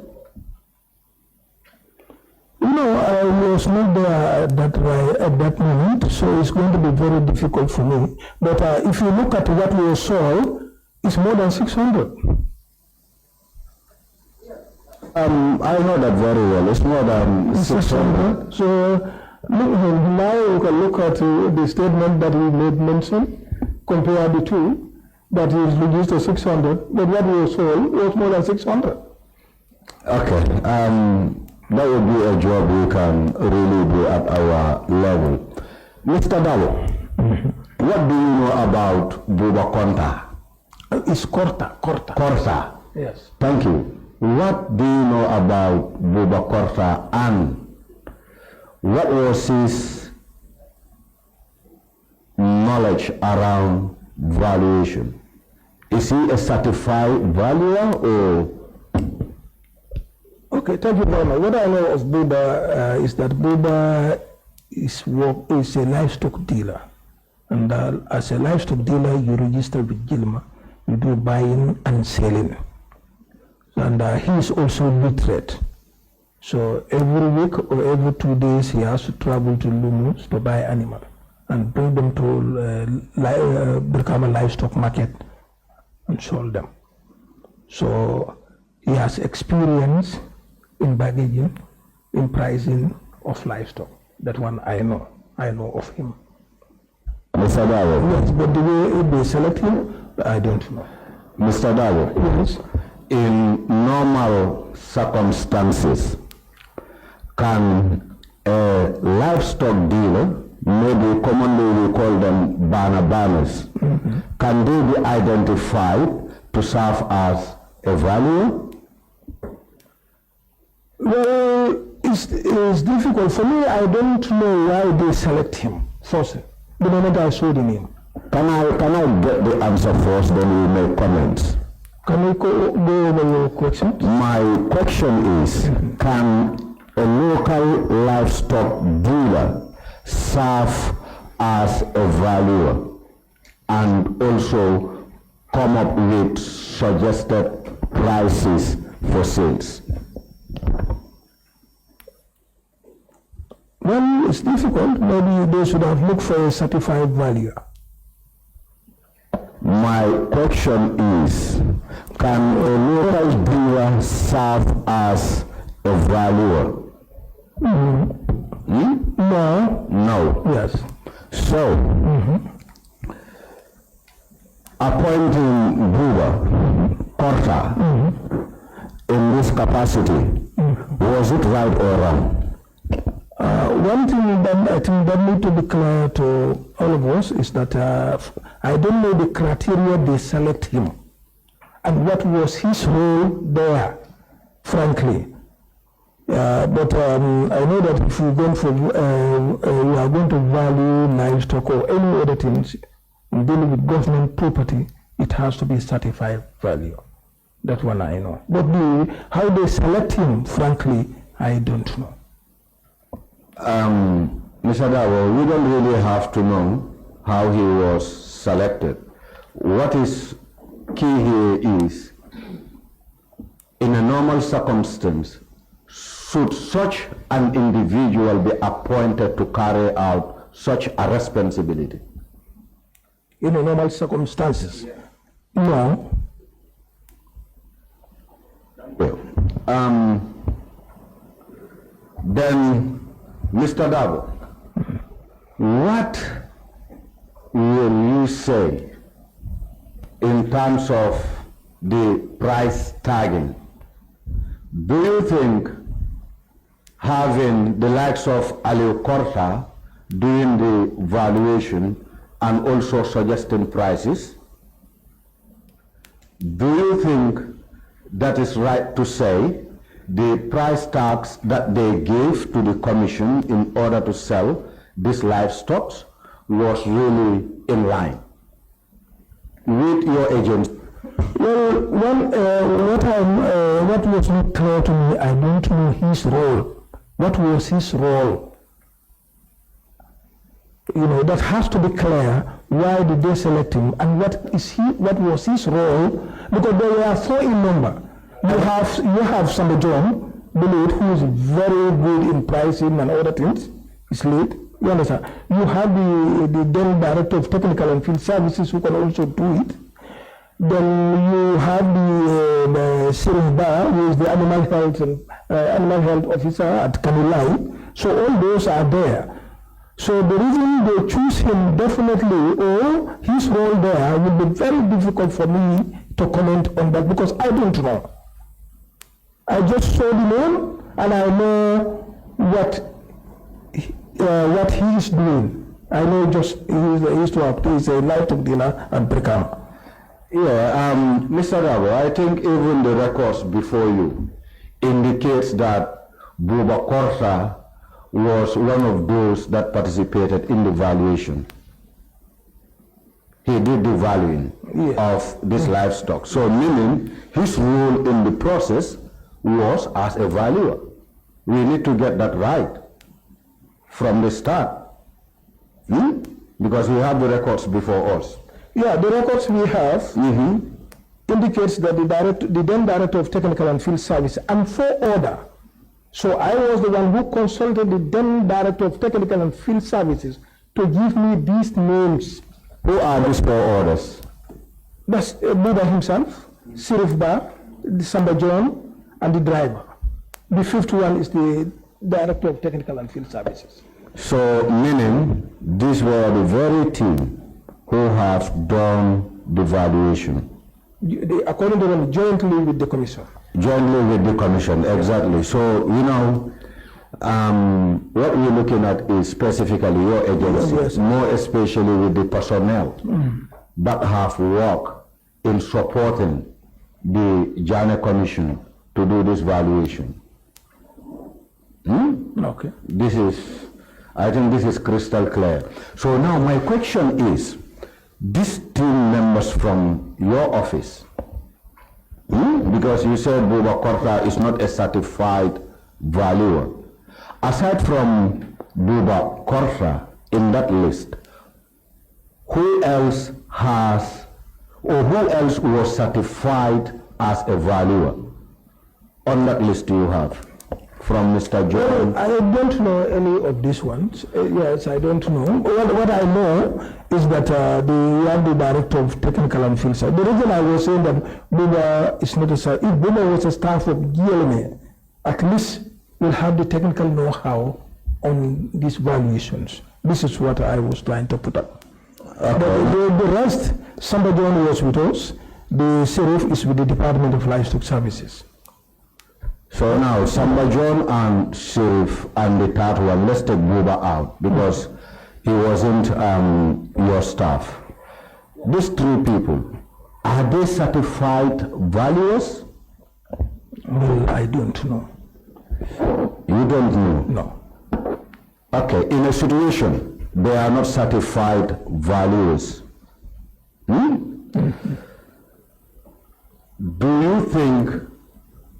this committee can rely on the price tags they have made to sell these livestock? Well, you know, the pricing was done by the GLMA in collaboration with the Janneh commissions. And we have our then Director of Technical and Field Services who headed them there. Obviously, they have technical know-how in dealing with this because the then director, they were there since 2010, he was working with the agency up to his retirement. So obviously, as long as the GLMA is concerned, we don't certify people for valuing. What we do, we just do in-service training and other things. We train our staffs so that at least they'll be able to have technical know-how. In normal circumstances, if government should seek your advice for the sales of cattle, for example, and ask you to identify a valuer, will your office just get the government with someone with an experience, or will you choose to go in for someone who is certified? We'll go in for someone who is certified so that it will not create problems. So, meaning someone with an experience shouldn't count in this situation? Yeah, but otherwise, sometimes when it is urgent, there is an urgency of some, then we start to do the work. Because you will weigh them, because if you weigh, you automatically will know the kilo that you will be able to determine. Because some of these things were due to urgency as the risk involved in losing livestock. But I'm sure those involved, they know exactly why they did it in that way. Mr. Dabo, maybe a final one. Can a calf weigh 90 kilos? Well, I don't think. Calf, 90. Until otherwise, but I've never seen it. Can I refer you to number 88 on the list of livestock? And number 88 on the list of livestock. And acquaint yourself with what is there and duly tell us what is your take. Well, I have seen it, what we are talking of. It's going to be very difficult because I was not there at that particular time. But definitely a calf to weigh 90, well, maybe it can be a type of error, but I don't think so. Mr. Dao. 90. No, because if you look at this thing now, no, look at number one. Allow me. I said, no, just allow me to speak. My question is answered. That is to say, can a calf weigh 90 kilos? And you said no. Yes. I'm satisfied. Don't go further.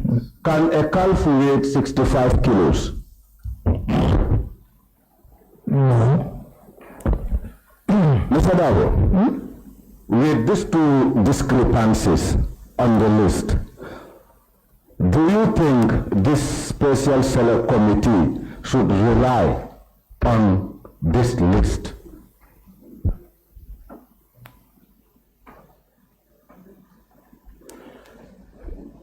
Well, Honorable Janneh, this is a very difficult issue, frankly, because a calf to weigh 90 kilos and 65 kilos,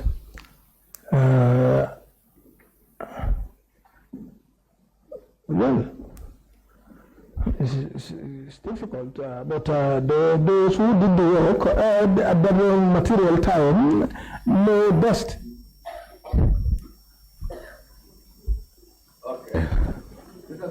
Yes, just a final one, because last week one of the witnesses who sat on that seat said he was a gynaco. And you might equally be a gynaco, might be you didn't share it with us. However, Mr. Davo, in between a male and a female calf or a cow? Which one should be more costly in terms of sales? Looking at or factoring the characteristics of a bull or a cow or a calf? It depends on how you prepare it. Normally, some will be for fattening for meat, look into meat and production. But as usual, female are also expensive. Because if you are going for breeding, female are expensive. But for meat production, male. Mr. Dabo, I repeat again, in between a male and a female calf, let's just take calf. You know, because in case you are doing breeding or fattening, you might start with a calf than going in for a bull or a cow. In between a male or a female one, which one should be more costly in terms of pricing? Female. To my own wisdom, female. Mr. Dabo, can you look at number 97 and number 113?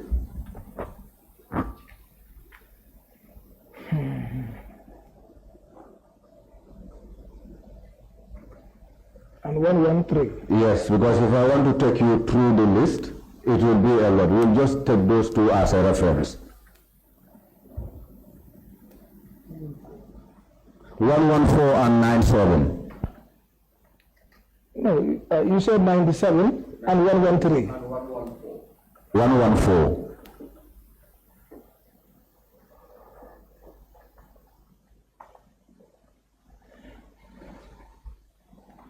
Yes, maybe they may look at the weight. The price may be equal because of the weight. But I know if I go into production, normally female counts a lot. So now, okay, let's take it this way because it seems there's something here that is being missing, yeah? And in a situation where a female calf weighs 17 kilos, right? And a male calf weight the same 17 kilos.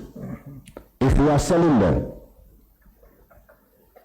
which one should be more expensive against the other? If they all weigh. You know, it depends on it depends on who needs it. If you know that the individual is going into production, even at the central abattoir, these cows, you know that you go in for production, so you are interested for that one is expensive. Normally expensive. So are you telling me the cost of animals is influenced by the desire of the buyer? Yes. Because for instance, you know, the ones at Aboko, they are there for meat productions. That one they weigh them and do those things. But if you have the calf, obviously you know that you're going into production. That's why you need. Or you go in for the male one, you fatten it at the end of the day, you sell it. Actually, you don't normally do it in Aboko. Yes, wait now. And Mr. Dabo, let's forget about Aboko, eh? We look at either Kanilai, Banjulunding, or Farato Ranch. Yeah, just a second. The customers that were coming to buy these animals, on what purpose were they buying it for? And is it right to sell, for example, a female calf for $3,060 and a male calf for $3,060? Looking at the prospects of a calf. One thing I think we need to be clear, it was an auction. The auction, then you have to bargain. The first one will say, I'll pay $2,000. The other one will say $3,000. The other one will say, though I was not in the country, but I think that was not because it was announced, I heard that it was announced over the radio. Until nowadays, they have fixed price. If you come and tell you that, yes, this is the fixed price, though I was not there. But if it was the fixed price, they attached to it, yes. Mr. Dabo, the value of livestock depreciates? Yeah, at times, because if animals are sick, they are emaciated. Obviously, the weak animals, people will not go in for them. Because you know that if you buy those ones, you have to go and feed them. It takes months with you, then you take them down to the... Mr. Dabo, here I'm not talking about sick animals. I'm specifically talking about the animals that were auctioned by the Janneh Commission. Because there is nowhere in the report where it is indicated that some of the animals were sick.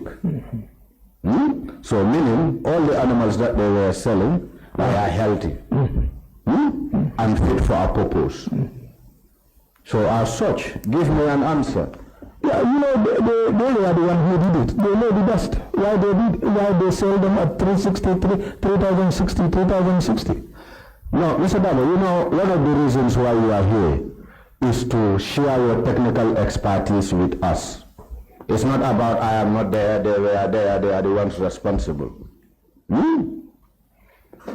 JELMA is an institution or an agency that was established by an act of parliament.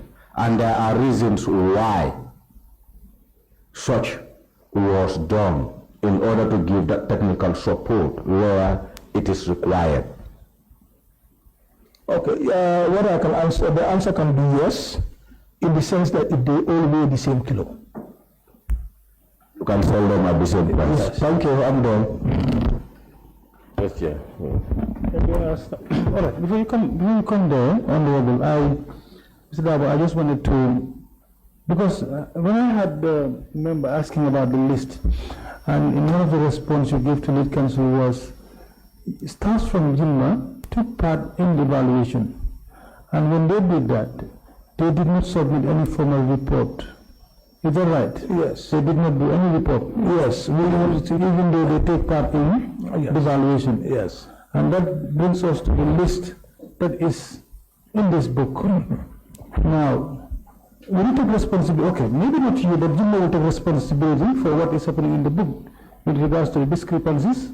Would you take responsibility? Because haven't you had a report for what you have done with all the valuation and pricing? Perhaps we would have known what is in this book, whether it matches with what you have or not. Is that true?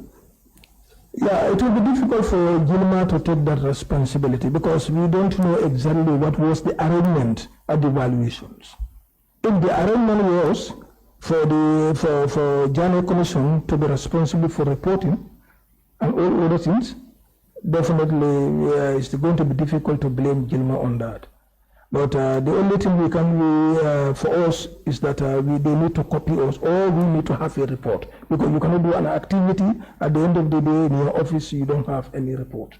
Because if you also have the report, we'll at least familiarize ourselves with these things and look at it. But these are new to us, some of these things here. Just before you go, with just connection to this. Yes, you said you don't have a report, but can you look on your statement, number 10? Where is it? Yes. Yes, Yes, I think you stated somewhere that the agency don't really generate a stand-alone report. What we said was that I have not seen any specific valuation report in our files, nor we were directly involved in the sales. Though I found the reference in 2017 activity report, no stand-alone documentation detailing the valuation process and pricing is available. Because we have not seen any, because we look at the value. Now, before you go, okay. You know, I'm interested in that phrase to say, no stand-alone report. But meaning, you have a cumulative report of your activities. If there is any, can you share it with us? No, the only one we have is this one. That's the only one we have. And that's submitted already. Thank you very much, Chair. Mr. Lawo, my question is, are these animals still in these two areas? Which animal? The one showed Well, I have no idea because as long as I'm concerned, Janneh is not responsible for these animals. Because if they are responsible, since I took over in 2022, then I'll be working with those responsible. Yeah, the reason for the question is, let me see, I think we have a very connect to ourselves and accept that the evaluators failed us. The reason being, those who are buying these animals, when they are appointed the animal and they pay, they take along the animal, right or wrong? Well, I don't know because I was not there. Because about the aggressiveness of the animals, the reason that you are able to weigh and give a price just to stand over there and give a kilo to say it's weighing this number of kilos. The possibility was there for those animals to win. Yeah, no, the normal procedure is to weigh. And they were not doing that. They did not weigh. So they caused a big loss to the nation for being negligent of what they were doing.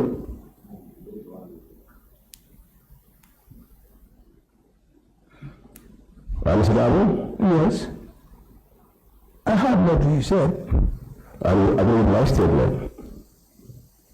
Well, for us, we only bang on the reports we found. Not about the reports, Babu. As the director, current director now. No, for us, we do it differently. No, Definitely. no, but you were involved in this. Your staffs were there because the commission was relying on your staffs. You know, okay, yes, it's possible, but we don't know actually what was the agreement between the Janneh staffs and the commission. Yes, what we were told was that they were involved in the valuation. When Kwan came here, I talked to him. He said he cannot speak on your behalf because he believed that those who were there had the expertise to represent Janneh. And these are Janneh staffs who were there to do valuation. So the body comes back to Janneh. So now I think the best thing is those who were involved are the best to answer that question. No, but the best person to answer is you as a director. I was not there by then. But you are there doesn't know if you don't know. How can I know that 7 years ago? By asking those people who are there. In fact, this year, the year they did, I was not even in the country. Are they still your staffs? Are they still your staffs? No. Are you in contact with them? There is none of them because the then director of technical affairs is retired. But the other one is deceased. But you call him before you come in. Huh? You spoke to him before you come. Of course. So he was you're there to tell you A, B, C, and D. You know, some of the, yes, those are the ones that I made mention that they use small, how they did the valuations and all that. These guys have gone further to ask them, why didn't you weigh these animals? Because according to you said they told that the animals were aggressive. Yes, that's why they were able to weigh them. Yeah. So there was already an explanation to you. So I am telling you that that explanation was not correct. Yes. Because they said they start weighing, then the animal becomes aggressive, according to them. Now they use the other method. No, for me, I will tell you, they were not weighing based on one statement. They were not weighing, they were just taking animals and the whole is more calculated to calculate. Okay. Make value. Yes. This what we are using, make value, and you are an animal. Okay. Thank you very much, yeah. Carry on. Thank you, Council. Anything to clarify more? Yes, Honorable Chair. Mr. Dabo, please refer to the comparative table from 2016 and 2017. Okay.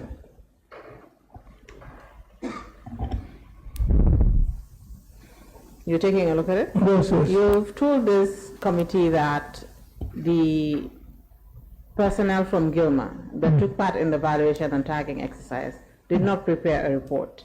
Yes. Yes. Please speak into the mic. Yes, yes. Yes, good. Those figures that are on that table, how did Gilmer obtain them? And where did it obtain them from? For me, the time I received it from him later, then I went into it and I looked at the details. Then I went into the activity report and saw their valuations. That's where now I look carefully and said that it was attended by the then director of technical and field services and 4 other staff. Then I contacted the then director of technical and field services and he sent me this through an email. Then I print. Okay, so these figures you obtained it from the then director who is currently the board chair. Yes. Very well. Can you submit a copy of that email? I submitted to the investigators. You gave it to the investigators? Yes. Thank you.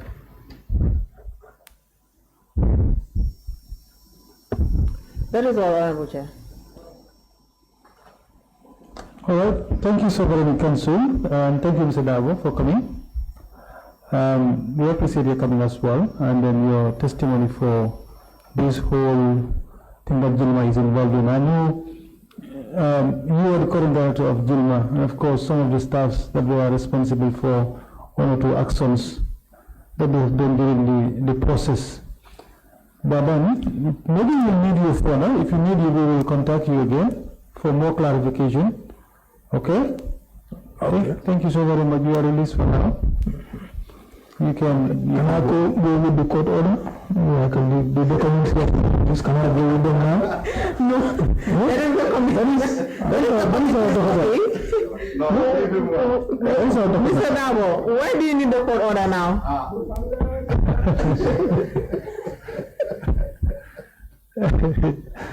Mr. Dabo. After what?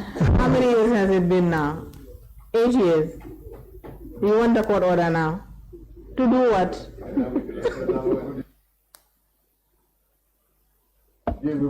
No problem. Secretariat will provide a copy at a later date. Thank you, Council. And just to further put our audience to alert that we still have this email address, the anonymous email. If you have any information regarding the Janneh Commission, or probably you want the committee to know information about what had happened, you can always send email to the Special Select Committee at assembly.gm.